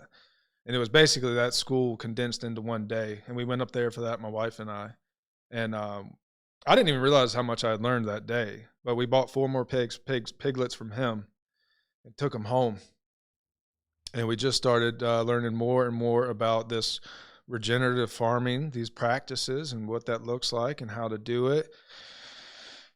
And we decided to start an actual farm. So we came up with a name, Triple Oaks Farm. It's because I've got 3 very large white oak trees in my front yard. I'm like, well, that seems pretty easy to explain. And so Triple Oaks Farm was created in 2021. And we started to walk through that, learning everything. It is stressful, dude, when you are learning how to raise animals and trying to learn how to run a business simultaneously. And it's even more stressful when you are a prideful and egotistically driven person like myself. I got it in my head, man. And I was, not to blame anybody, but with a little bit more wisdom, you got to be careful about who you take advice from. There's a lot of people out there giving advice. Not that it's necessarily bad, but it can take you down the wrong paths. So I was pushing this business, pushing my family to the max. I wanted to see how big I could grow that farm and that business, how successful I could make that business as fastly as possible. And all for the wrong reasons. All to put Bryson's name on it. To say, look what I did. That was my Tower of Babel, if you will. Not that I knew anything about that then. Mm-hmm. And turns out you can do a whole lot in a few years. If you've got the drive and the work ethic, you can do a whole lot. But I wasn't making any friends in it, I can tell you that. With that mindset, you don't. It's trample the weak kind of mindset, very militaristic kind of thinking. Yeah. Not the way. That is not the way. I could imagine that, man, because in this, if you want to even call it an industry that you're in right now, relationship is probably going to be one of the most critical aspects of your success. Mm-hmm. Like shared knowledge, 100% relationship. And so you're trying to apply this more traditional entrepreneur mindset mm-hmm. of like, no, we got to be the biggest, we got to be the best, which works for a lot of businesses. If you're a supplement company or if you're some sort of corporation. You're talking about the guy I'm referencing right now. Yeah. Andy. Yeah. I mean, that works in in Andy's business. And yeah, but you take that advice and try to apply it to the type of environment that you're operating in. Ooh, I could see how. Yeah. And he has a lot of great business advice. The guy is a gangster at it. but I was probably applying it incorrectly for my line of work, because you're right. All of us in this line of work, we are technically competitors. You know, we're selling the same products on the same market, but we're all working together. It's all, like you said, shared information, shared wisdom. We're all friends, and you should be. There's so few of us, you know, you got to work together. But I didn't have that mindset then, you know. And so what that led to, Chad, was a very overworked, overstressed man. And I was in a position to where I had grown this thing way too fast. Not that we weren't making money, but the cart was way in front of the horse. You know what I mean? Oh, yeah, I could see that. Yeah, for sure. Our burn rate as far as capital was very expensive. And anytime you're scaling a business at that speed, it's going to be, especially in the livestock world. You know, I'm spending $7,000 to $8,000, $9,000 a month in feed. I've got groups of 100 pigs that I'm growing to finish for pork, and 100 pigs eat a whole lot of feed. Then you have to worry about, at the time, our business was an LLC, a publicly operating business. You have to worry about your butcher fees for those animals, which was the largest input cost of raising pigs. People don't talk about that. It would take me at the time about $250 to maybe $300 to raise a piglet from start to finish. Butcher fees, USDA butcher fees on those pigs was averaging, for basic cuts, $450 per pig. Good night. So and you have to go that route. Yep. Because you're registered as an LLC. Yep. So you're having to use USDA certified butchers to process this meat so that you are then allowed to sell it to people, right? Right. So an LLC, and any license or permit that you have with the state, is nothing less than a contract, which means you have to abide, you have to play by their rules. And nobody tells you that. You know, when we started the business, we didn't know what we were doing. We were just doing what other people were telling us to do. And most of those people don't know what they're doing. They're just telling you what other people have told. You know, no one knows nothing hardly. You know what I mean? They say, go, you got to get a business license. You got to get an LLC. You got to do this. You got to do that. So that's what we were doing.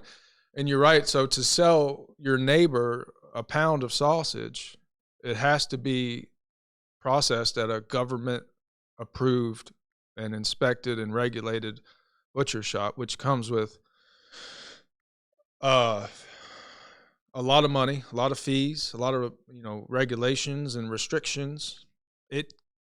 If you wanted to start a USDA butcher shop, it's going to cost you millions of dollars to erect, to meet their guidelines. Right, I talked to a guy recently who already owns and runs and operates a what's called a custom exempt. So there's 3 levels of butchers. There's USDA, federally inspected. Some states have state inspected, which you can have animals processed there and then sell to the public within your state. They're not really existent in Virginia. And then there's what's called custom exempt. That's where a lot of guys take their deer. You know, and on the packages, it'll say not for sale because it's for your own use. Or you can sell on paper. The loophole is I could sell you a pig, a live pig. Now you own it, and then I'll take it to the butcher, and then you can go pick up your meat. You know what I mean? That's a workaround for that. It's not ideal, Chad, because I don't know about you, but I don't know many mothers who's the main person shopping for the family who go to a Kroger and buy 100 pounds of pork. Most people don't have the freezer capacity to store it, much less the $1,000 or whatever it's going to cost to drop on that kind of, you know, on that much meat at one time. So that limits your market from the jump. But like I was saying, to sell a pound of sausage to my neighbor, it would have to be butchered at a USDA butcher shop, which was my highest input cost as a pork producer by 65%. So you're gonna have nearly $1,000 wrapped up in a 100%. in a pig. That's exactly right. Yeah. Which is insane. And you're talking about 100 pigs at the time I was raising in one group, plus sows. Good night, man. So I was stressed. I'm like, how are we going to feed these pigs? You know, we're barely making the payments on this feed, and then I got to drop thousands more dollars. I went into $15,000 in debt one time on butcher fees on a credit card. I don't recommend that to anybody. But what are you going to do? You can't keep feeding them. You got to get them butchered so you can start selling it to see some kind of trickle in, the other door. And I'm just stressed to the gills, dude. And during that time, like I mentioned before, I think I give the credit to God who gave me this farm. He owns that farm. I don't own that farm. I wasn't thinking about it like this at the time, but he put me in that position for a reason, because I think when you're dealing with creation on a daily basis, when you deal with life and subsequently death all the time, I think it starts making you think about things differently. The whys behind things. Oh, it's something that we've so lost as a culture here in the United States, man. And I think that was maybe one of the catalysts that spurred that curiosity in me to start asking questions about God, about creation. I would pick up the Bible and read a little bit, not for the right reasons, but for the first time in my life, even growing up in church, I never read the Bible. But I started dabbling because I was curious. And it's interesting. Looking back now, that was my seed germinating, I had overcome alcohol and the drugs that the VA had put me on. I had, for the first time, what I felt was my true purpose. That's what I thought. I thought my purpose here was to be a farmer. Never saw it coming, but that's what I was doing. I was thinking clearly. I was healthy. You had a praying wife. Yeah. The most powerful. You can't discredit that. The most powerful thing going for me then was that. That is the most powerful thing we can do. Often overlooked, I think. But and I started to get curious, and in combination with the overstressed, man, I felt like it was slipping through my fingers. You know what I mean? I felt like, and when you're driven by ego, that hurts a lot. When you feel like you're losing control of something. And when I was an alcoholic, like I said, I was a turd. I was not a man.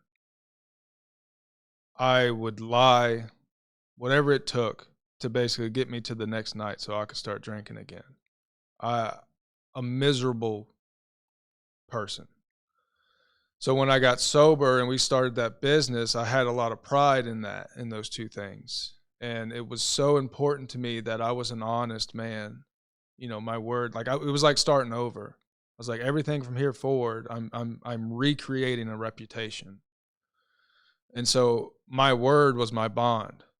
And that was at the time, that was the most important thing to me. And so as I'm starting to get curious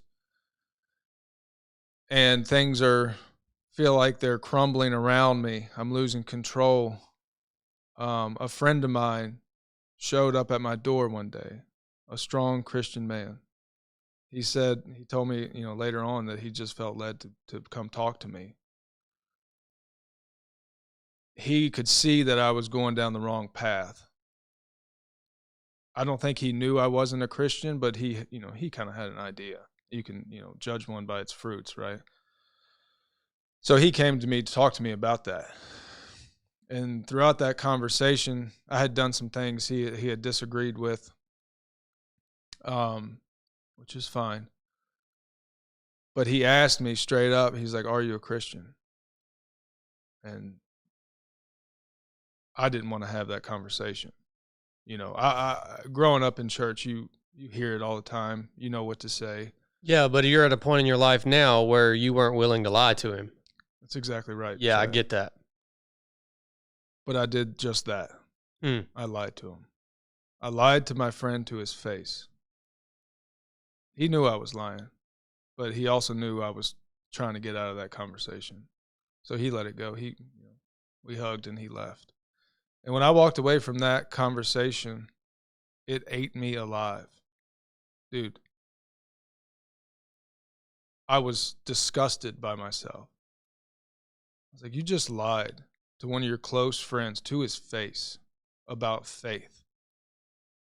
And so one night in December of 2024, as I'm laying in bed, the world is spinning out of control, you know, for me.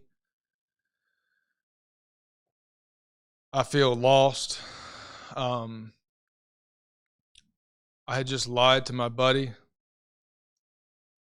and I got tired of fighting it. And I was thinking to myself, like, you are an idiot. You big dummy. Like, you obviously know what you should be doing if you're willing to lie about it, you know? So why are you fighting it? God had been working in me for about a year prior to that and sprouting that seed inside of me, but I was pushing back, as one does often. But it wasn't until then, when I had done that it just broke me. And I was like, that's it. So laying in bed, man, I just committed my life to Christ. I repented. I made the decision, like, from here on, I'm not doing this for me anymore. I'm doing this for the Almighty.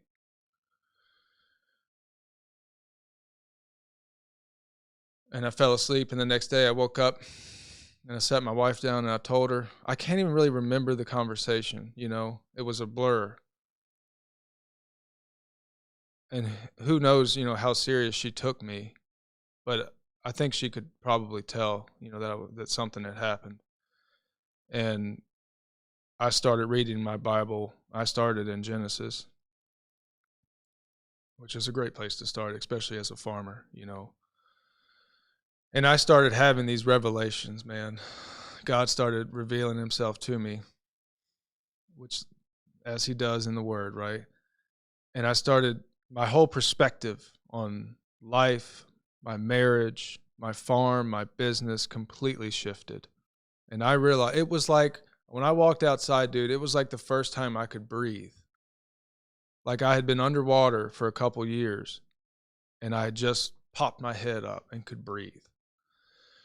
And I realized, like, you've been doing this for all the wrong reasons.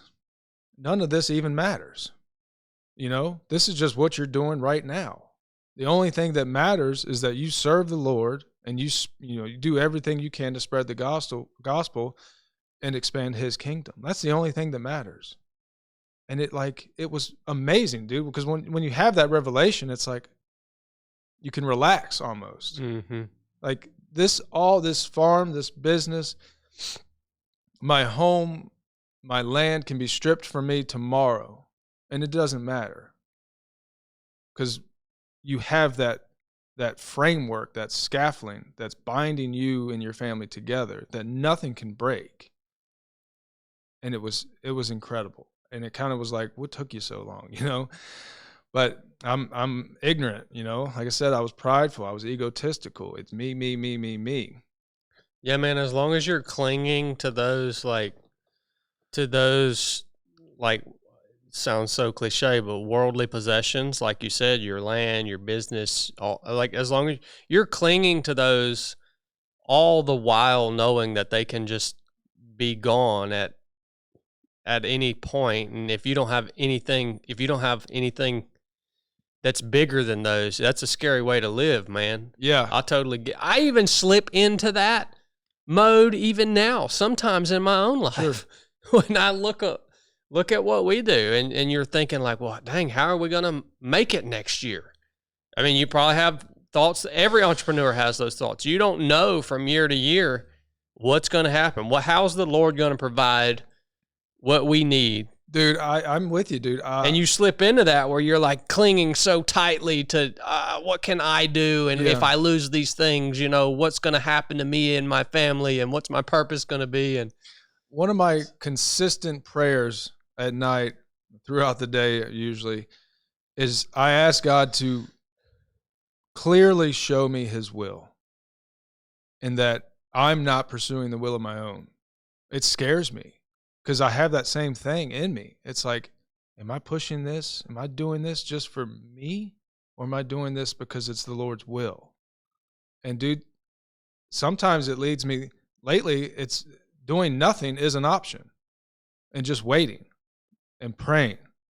And just, I'm a thick-headed guy. So I ask him to if you're going to open a door, please open it real wide. And if you're going to shut one, slam it in my face. Mm-hmm. I'm kind of simple like that, But that, I'm with you. I'm so fearful of slipping back into that. Takes constant like awareness and seeking the Lord in prayer, constant. Yeah, man. So for the first time in my life, dude, I've said purpose several times in my whole life up to that point. I had been pursuing these things because I thought it was my purpose. And I finally, at 34 years old, 34 years old, I knew my purpose. Dang, man. It wasn't to be a football player. It wasn't to be, in the military. At one point I thought I was gonna be a fisherman, like a professional fisherman. I love to fish. But all these things, always fell through. I thought it was farming, and it's not farming. No, my purpose here is to serve God and to serve my family. That is my purpose.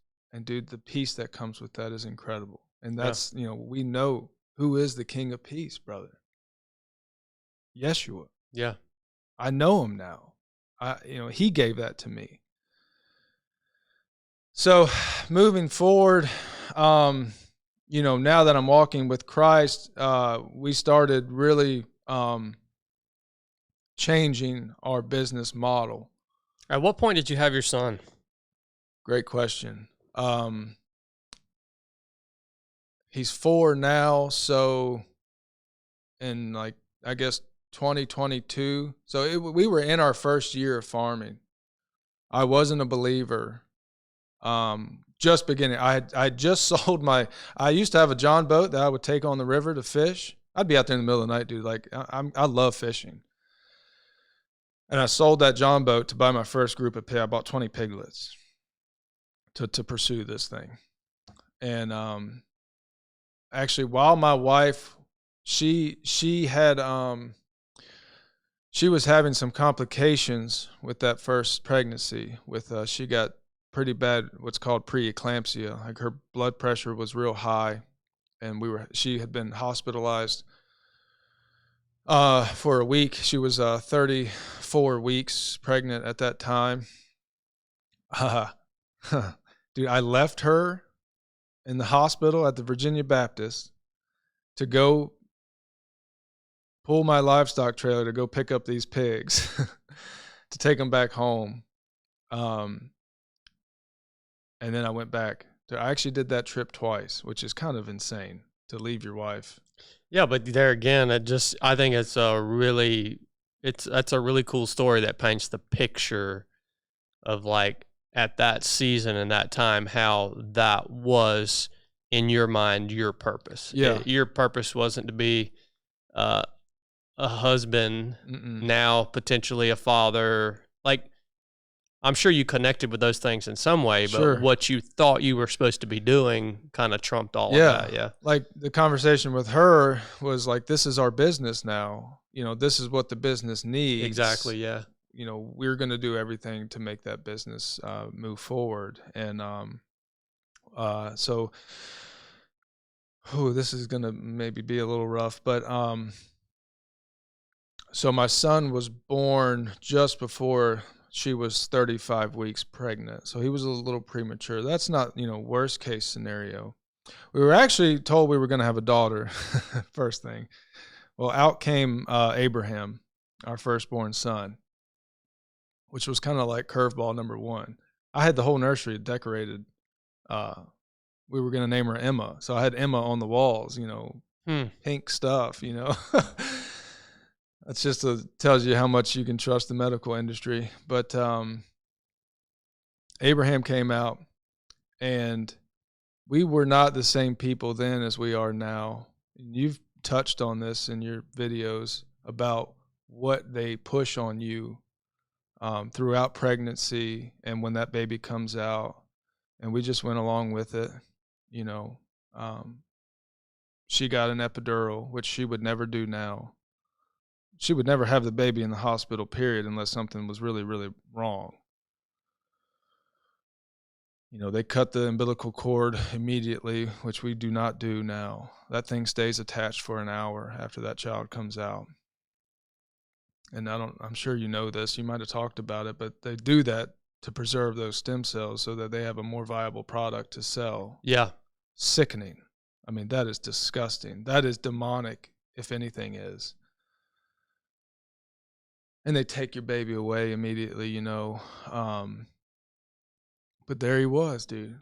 I'm looking at my first child for the first time, this little greasy red-looking thing, And he's crying, he's breathing. They were worried about his lungs, and they had given her all kinds of medicine to try to. They knew she was going to be early, and lung development is a critical part of a growing child at that point. So they were worried his lungs weren't going to be developed enough to breathe, but he was breathing. But he got sick real fast. His intestines were swollen because they had given her a magnesium shot for whatever their reasons were, which swells the baby's intestines.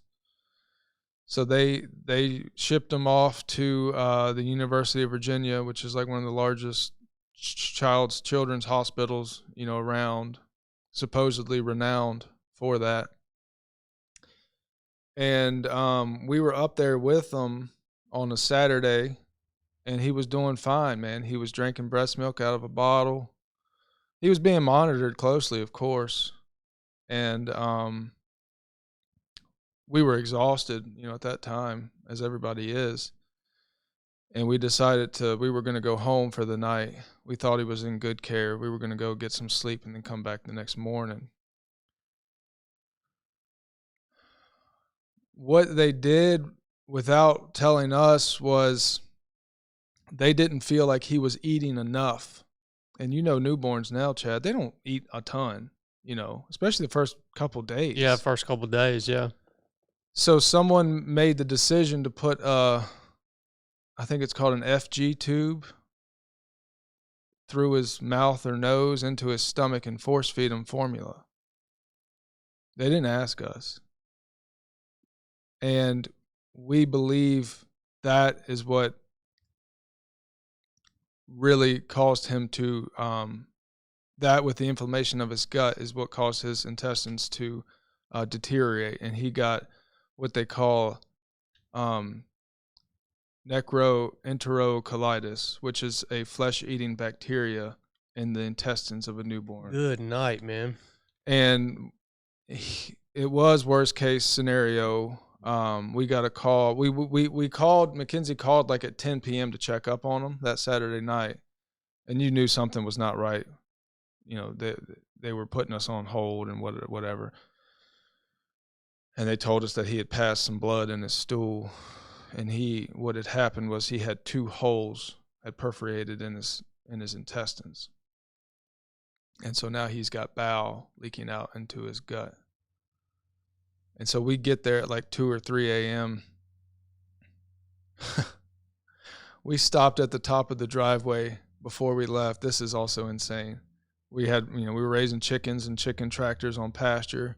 And we're like, well, let's stop and move these chicken tractors real quick.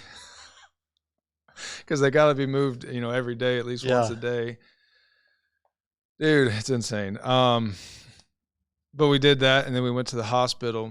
And when we showed up, our entire world had been flipped upside down. Everything had changed. My son was no longer awake. He's in an incubator. They put a blindfold over him because they got that blue light on him. He's got every tube known to man coming out of him, going into him. He's just laying there, limp, lifeless. And they sit us down, and this surgeon who specializes in enterocolitis in newborns, which it's a miracle that he was there, working there, comes and lays the weight of the world on our shoulder and straight up tells us that, like, this is not good. Like, we're going to do what we can, but it's not probable that he survives this. And so all night, he's in surgery, and we're just weeping, dude.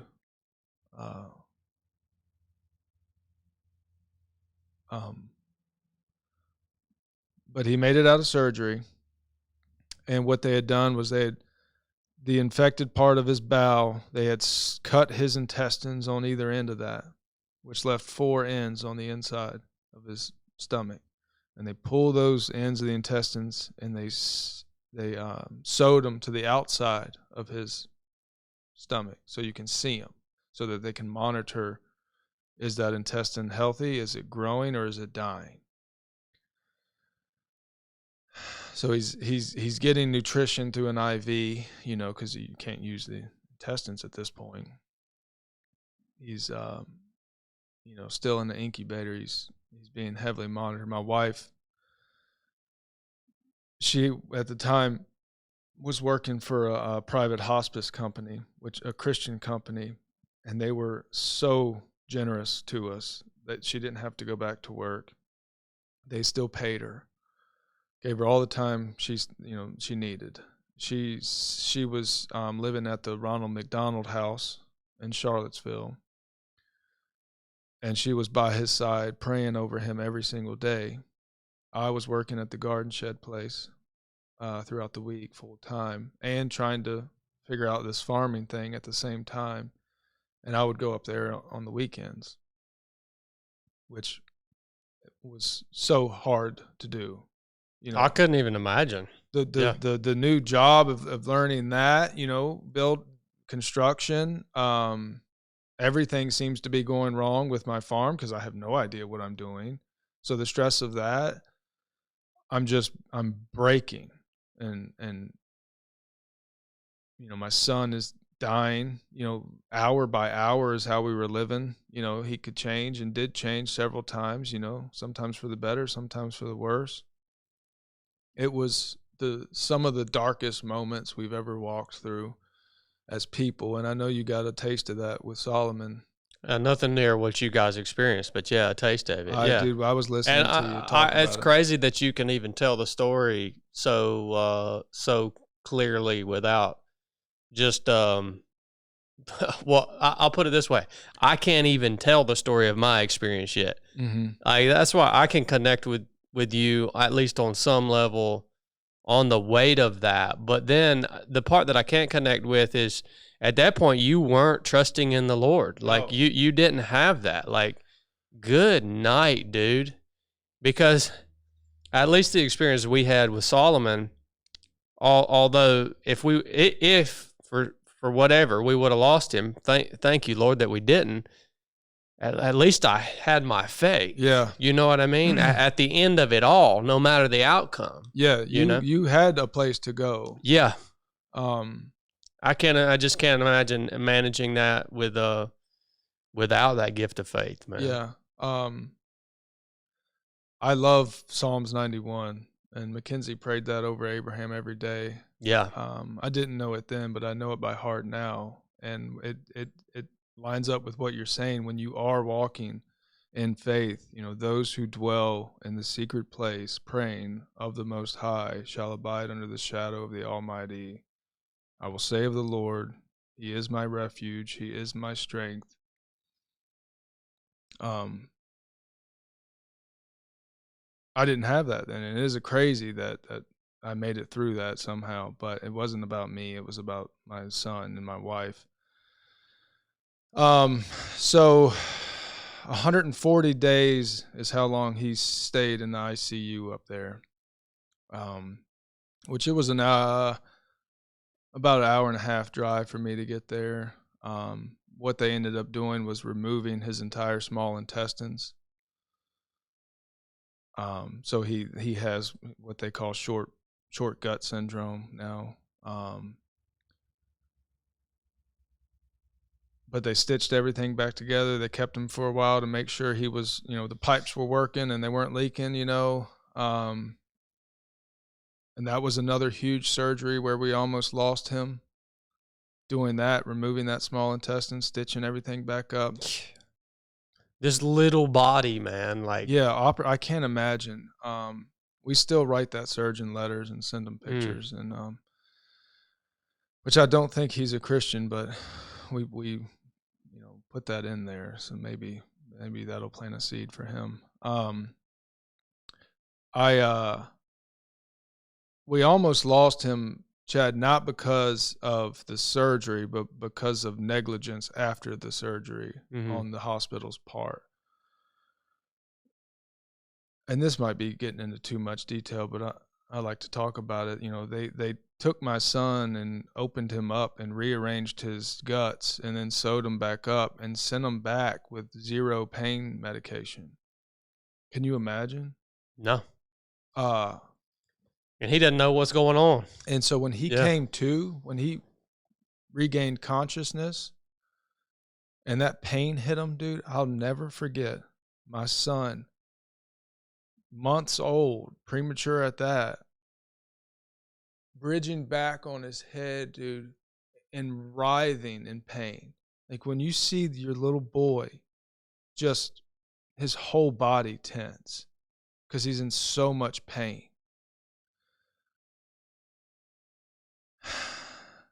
It's it will kill you as his father, Certainly. I'm just sitting there trying to hold his little hand, and at that point the hospital staff is trying to play catch up on the pain, which never works the same, but it's something better to stay on top of. But he ended up stopped breathing because of the pain. And they couldn't get a tube down his throat to breathe for him because he had so much swelling from being intubated from the surgery. So they've got the little mask over his mouth and they're breathing for him while they call in this other, this neonatal specialist, and he's good with getting the thing down there. And I'll remember we were sitting in the waiting room because they wouldn't let us back there, and we see this dude run by in like sweatpants. And he went back there and he did it immediately, and we hugged that man, we cried on his shoulder, and so they got him stable. Yeah, man, that industry, meaning the medical industry as a whole, it's such a double-edged sword when you have conversations about it, man. Yeah. Because yes, a lot of the crap is crazy and unnecessary and leads to really big issues. Like a lot of the things they do snowball, but at the same time, you have these people like the man who runs to your son's rescue and saves his life, and you're like, thank God for these people. Yeah, it's like such a double-edged sword, man. Like, it cuts both ways. It's tough because you think about Abraham, and I don't know where you stand on this, but if you guys would have had Abraham without any medical intervention, would he have survived? What would his outcome have been? No, he would have died. Yeah, I still haven't sorted that in my mind either, man. Like, because I'm the same as you when I think about, if Brooke and I were to have another child, and obviously if the pregnancy looked, everything was good to go, there were no issues, what would our decision be in terms of she has that desire, to do home births and stuff like that. But then at the same time, you're like, yeah, but man, It's a double-edged sword. It's a Well, complex I'll conversation. get to that because that's a good point too. But we learned, shortly after that little debacle, if you can call it that happened simply because of a miscommunication between the surgeon team and the nursing unit, basically, and the doctors in between. And I can't imagine how angry that's exactly that what would I'm make getting you, to. man. Yeah. But then at the same time, you get some distance from it, and you're like, well, these people are humans. I wasn't thinking like that. No, you would. It's not possible to think like that. Dude, especially as in not that being moment. a believer. Yeah. How I didn't meet one of these suckers in the parking lot. And lay them out, yeah. Oh, I wanted to kill him. I'm like, you almost killed my son because of your negligence. Mm-hmm. And we had meetings with them. And they would sit there, and that image of your son being in that amount of pain will be burned into your I'll never forget mind for the rest of your life. Yep. Anytime he's acting up now and I'm getting annoyed with him, I just think about those days. Yes, sir. Because he is still a regular 4-year-old, he's children they're raising us, right? That's what they say. Anyways, and I'll never forget taking him home. We put him in his little car seat, for the first time we're like doing normal parent stuff. He's got they call it a G tube. It's basically a port that goes directly into his stomach, because since he doesn't have his small intestines, what short gut syndrome means is his body doesn't slow food down and hold food down long enough for him to absorb the needed nutrients from that food. It passes straight through him. And so we would be able to give him additional supplement, boluses, syringes of food. And again, we weren't the same people, so we were using this, whatever high octane formula they were telling us to use, which like the first ingredient is like cornstarch or something. We would never touch it these days. But you're living in pure fear and still dependence at that point. And he also had it's called a Centraline, which was an IV that went through his chest directly into one of the arteries of his heart. Yeah. And that's how we would give him IV nutrition as well. And he was hooked up to that for a while. But our goal was to, we had this farm, which was a gift that we didn't realize it was a gift at that point where we're raising the most nutrient dense food available to man. We're now raising, we had gotten into. And what better thing to feed this nutrient deficient son of ours than that? And so we wanted to get him on this food as quickly as possible and wean him off all this extra medical stuff. And so that's what we did. We pushed for it. We wanted that boy on raw milk as soon as we could do it, which the doctors don't like hearing that, of course, because they just paid hundreds of thousands of dollars to be taught something different. But we weaned him off. We got the line out of his heart. And then we eventually took that thing out of his stomach, which he's got some gnarly scars for the rest of his life now. I mean, he's got a scar from side to side across his belly. And he started eating real food. We were cooking like organ meat and mixing it and blending it up with lard. It's like, how can we make the most calorically dense thing for him to consume, Yeah. And now we're in this position that God put us in to do that. It's incredible. Yeah, it has a whole new purpose behind it. Yeah. And I can relate to that in a way because, like I say, you're way ahead of me, but this is the direction I want to go. And a big reason I want to go this direction is because I want to know what is going into my son's body, literally from the time he begins to eat. Mm-hmm. Like I want to know that, and I want to be able to provide him with the best possible food all the way through his life. It takes on a whole new meaning, man. Yeah. Like I don't know if you feel this. I want home to be where we work. Yeah. What are we doing, man? Yeah. We go to work and then we come home. And what is home? It's a place where you sit on the couch and watch television and sleep. Mm-hmm. How screwed up is that, dude? Yeah, very screwed up. Like what? No wonder our kids are so jacked up, man. Yeah. What are they doing when they're at home all day? Freaking watching their tablets? What else are they going to do, man? You live in a subdivision. Yep. Yeah. What else are they going to do? Yeah. Great points, man. And it did have a whole new meaning. We had a whole new motivation for running that farm and raising those animals. But it is a testament to the joy that children bring for us to walk through those moments with that first kid, those dark, dark moments, and to finally slowly come up out of it to say, yeah, let's have another.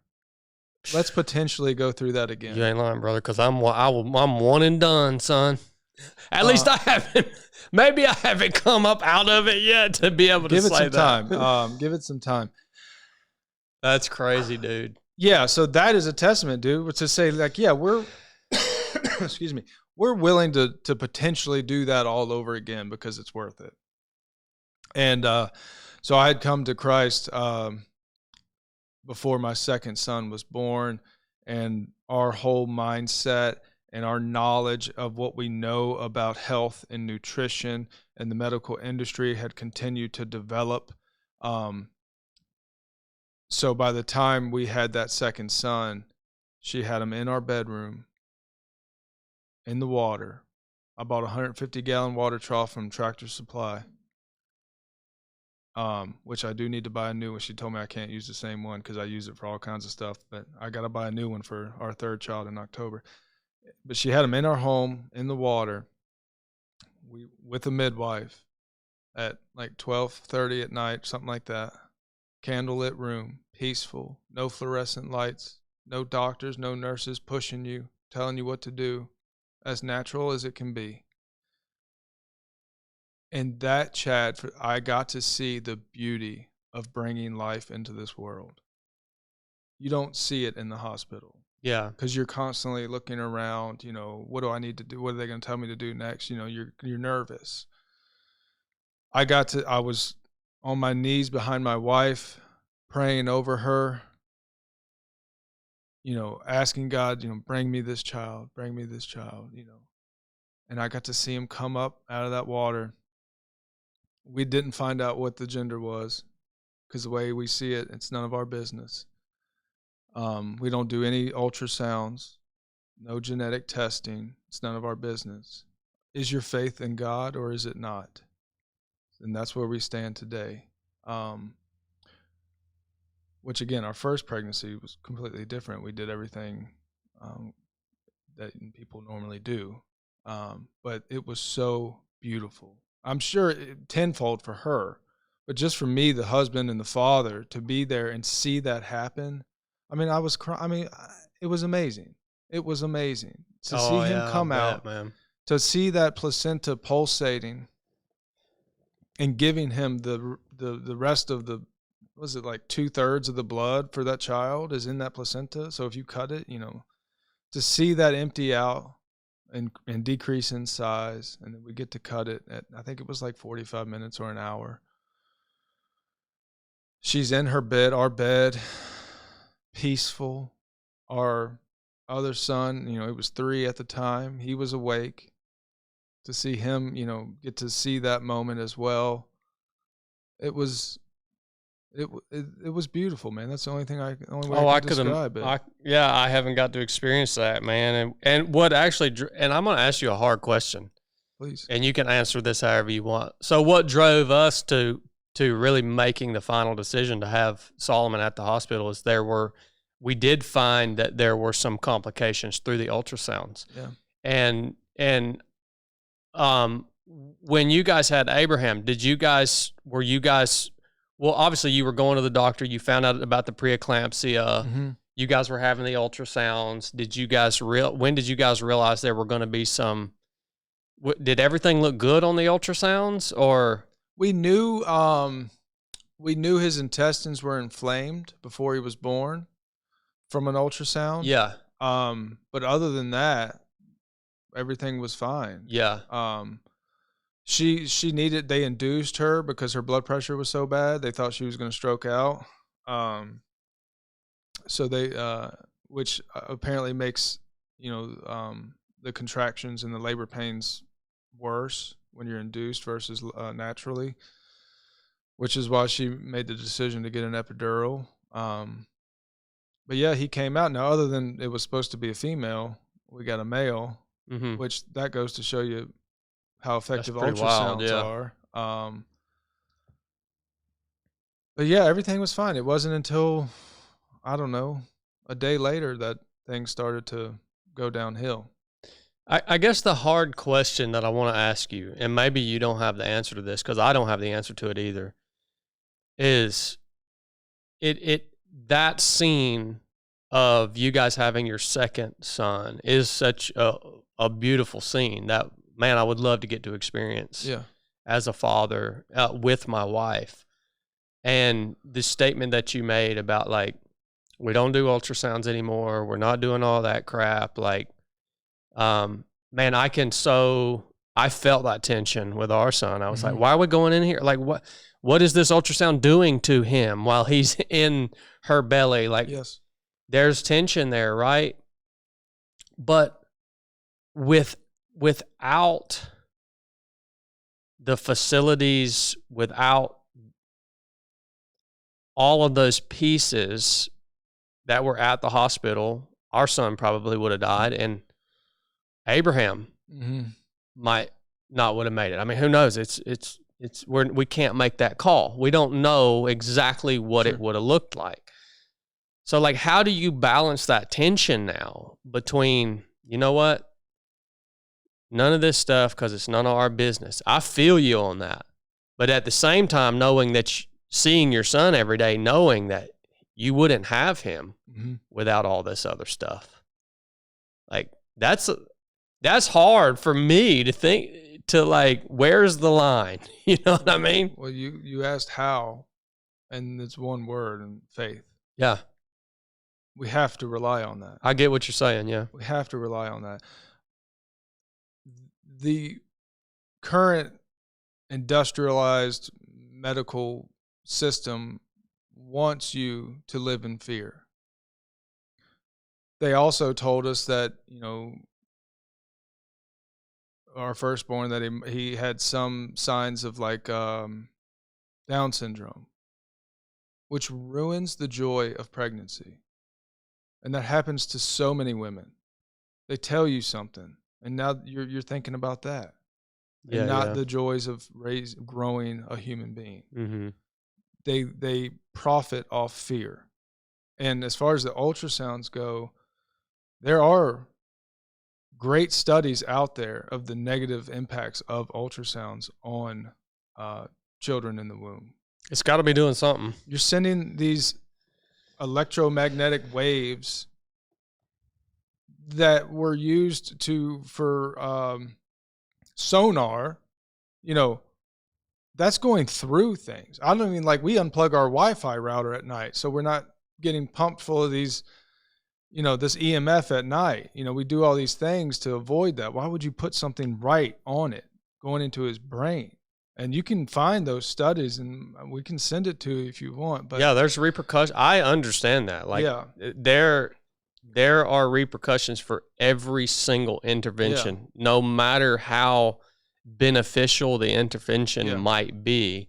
It's also at the same time doing something harmful. Yeah, 100%. Yeah. And maybe Abraham's intestines wouldn't have been inflamed if they hadn't given her that magnesium shot. That's the hard part, right? You can sit around and I know, man, babies all day.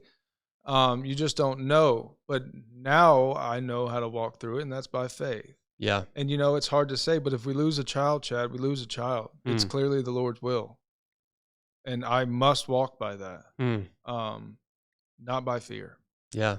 So that's how we do it, and we trust in the Lord. We pray over our children.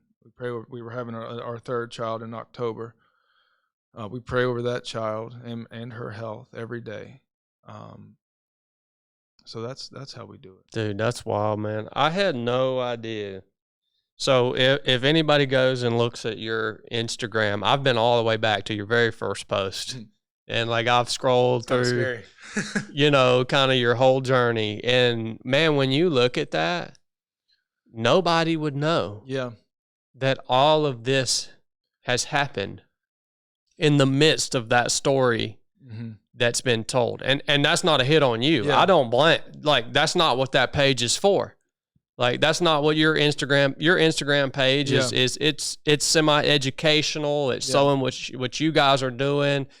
You have personal pieces in there, like you erecting the crosses at your farm, and just really inspiring content to show people like this is what life can be like. I'm not, you know, it's cool. Yeah, it's neat to hear your story. Like all of that was going on in the midst of all of this, that we can go back and scroll through and look at you building and you growing and you figuring things out. It's crazy, man. I had no idea. I had no idea that was going to be the story that was told up to this point, you know? It is crazy, but you know, one thing I like about being a Christian that I also liked about the military is you're told how to act. You know, in the Army, there was no thinking. It's black and white. It's literally written down. You know what to do. You know how to dress. You just follow the instructions. It's the same way with being a Christian. It's written in the Bible. Every decision that you make, before you make the decision, find something in Scripture that either goes against it or supports it. You know what I mean? So it's kind of, in a way, it's easy. Not that being a Christian is easy, because we are still sinners in heart, but you know what I'm saying? Like, so that's like going back to that having faith and not walking in fear. It's like find literally almost any verse in Psalms, you know. Yeah, man. And, I mean, what you're saying totally resonates with me, dude, because I have experienced fear in the last 8 weeks of my life like I have never experienced in my life, dude. Yeah. And I'm talking about, dude, I don't care if I go all the way back to when I was jumping out of an airplane at 12,000 feet in the middle of the night over an ocean, doing a free fall jump into the water and linking up with Swick boats and transiting to do a dive into like the fear I have experienced over the last 8 weeks has been a tremendous test. Yeah. Like, man, just, you're praying like, Lord, like, I know this fear isn't what you want me to be living in. Like, show me what is your perfect love that drives out this fear. Yeah. Teach me what that means. Yeah. And I've loved, you've been sharing a lot of it, and, Brooks shares some of it. I've loved that you've talked about it. And, I loved seeing you laying in the yard with them, sleeping, dude, I've found so much joy in y'all's, journey into parenthood. Oh, praise the Lord, man. To tell you that. And I wanted to, like, we've talked about it, but like one of my questions I had was like, how has being a new father like been for you? How would you explain it, describe it? Well, I mean, it's completely transformative, 100%. Again, going back to it, scary as all get out. Yeah. But that's my own immaturity that I didn't even know, in terms of immaturity of faith, that I didn't even know was in me. Right. Like, I thought I had it all good to go, man. And definitely now I see it as the highest possible calling. Yeah. That we as men could ever be called to. Yeah. And you know what's crazy, man, is mine and your story, it's similar, or it's the same in that sense of you didn't want children. Yeah. And I didn't either. Yeah. It's wild how much we have in common through our journey. I mean, even through the military stuff and the depression and the trying to find purpose and not wanting children and living the majority of our adult life without faith, and all of it resonates with me big time, man. Yeah, it is incredible, and I think we as parents, and especially as men and fathers, I've grown more since having children as a man and certainly as a Christian, just from having that first child than I ever have in my life. I've improved. Like, for instance, I'm calmer. You know, I was pretty hot-headed and real short-fused for a while. But once that young man starts, how should I say it, observing you, that starts to change you too. You got to tighten up, yeah.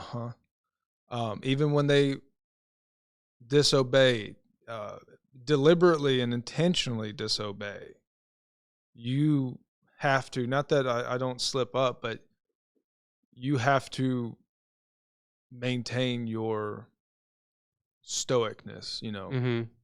And I want to be, my first priority for my children, and my oldest is 4, I want to be the best example of a man of God to him as possible. And flying off the handle, getting red in the face, yelling at him is not the image that I want him to have of me. Yeah, you nailed that, dude. Like that's the calling, right? Yeah. If you wanted to summarize, when I say it's the highest calling that we can be called to as men, it is being the image bearer of our Lord and Savior, our high priest, our Father in heaven, to your family. Yeah. Not that I don't discipline him, because I'm not sparing the rod. Well, does the Lord not discipline you? Yeah. So we do firmly believe in that. I can't, I don't want to see the type of guy he would turn out to be if I did not, I do not. But it's not out of anger. Like, a lot of times I got a spanking like every day until I was like 13 in my household. And a lot of times what I remember is my father being angry. And I was scared. Not that my child's not scared when he gets a spanking, because he don't want to get a spanking, but it's not out of anger. We go in there, we talk to him like an adult, pretty much, as much as you can.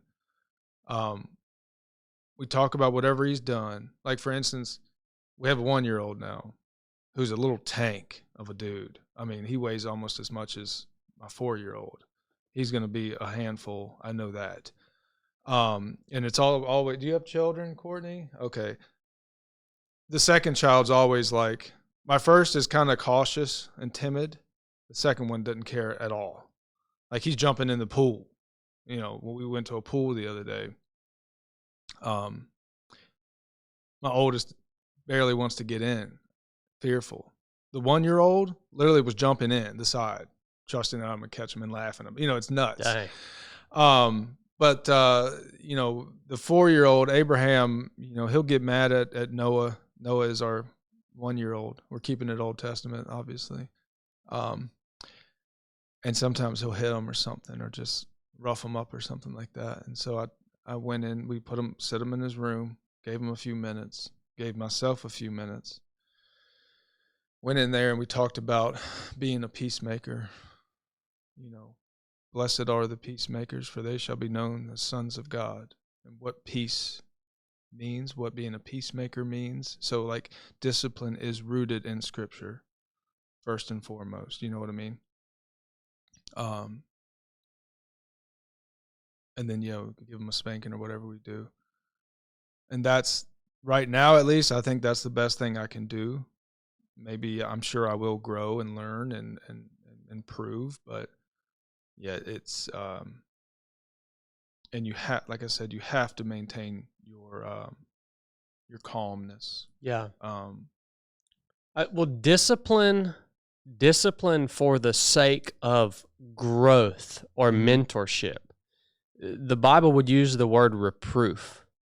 Like that's what, and I haven't got to that point yet, but like in my mind, that's what I'm thinking. It's reproving them. It's what the Lord does to us. It's this discipline for the sake of sanctification. Yeah.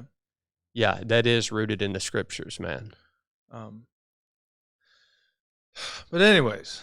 Well, let's take a quick break. Yeah. And then I want to pick up when we get back to kind of going through, I guess, just the last few years since you've came to Christ and really digging in tangibly for people listening. Like, you've talked a little bit about how you guys started, but like tangibly looking back on it, where should you start with this? Yep. Like, what type of land are you looking for? What's this sacrifice going to look like? What's the first animal you need to get? Well, what's the first things you need to do? Like, tangibly, because you have all this perspective, man, that I don't have of looking back and you saying, I did these things right. I wish I would have started on the fence before I started on the first batch of this, or, you know, how you lay out. What does that look like, man? Just to kind of paint at least a framework for people who see the need and who want to move in the direction you guys have went, man, in a godly way, in you know, doing it for the right reasons now, and then even what it looks like to at some point potentially make this profitable, and talking about the conversation around the PMA and what that looks like versus what we talked about an hour ago, having to go through these USDA butchers and all this crap, man. So we'll get into that here in just a minute. Let's take a quick break.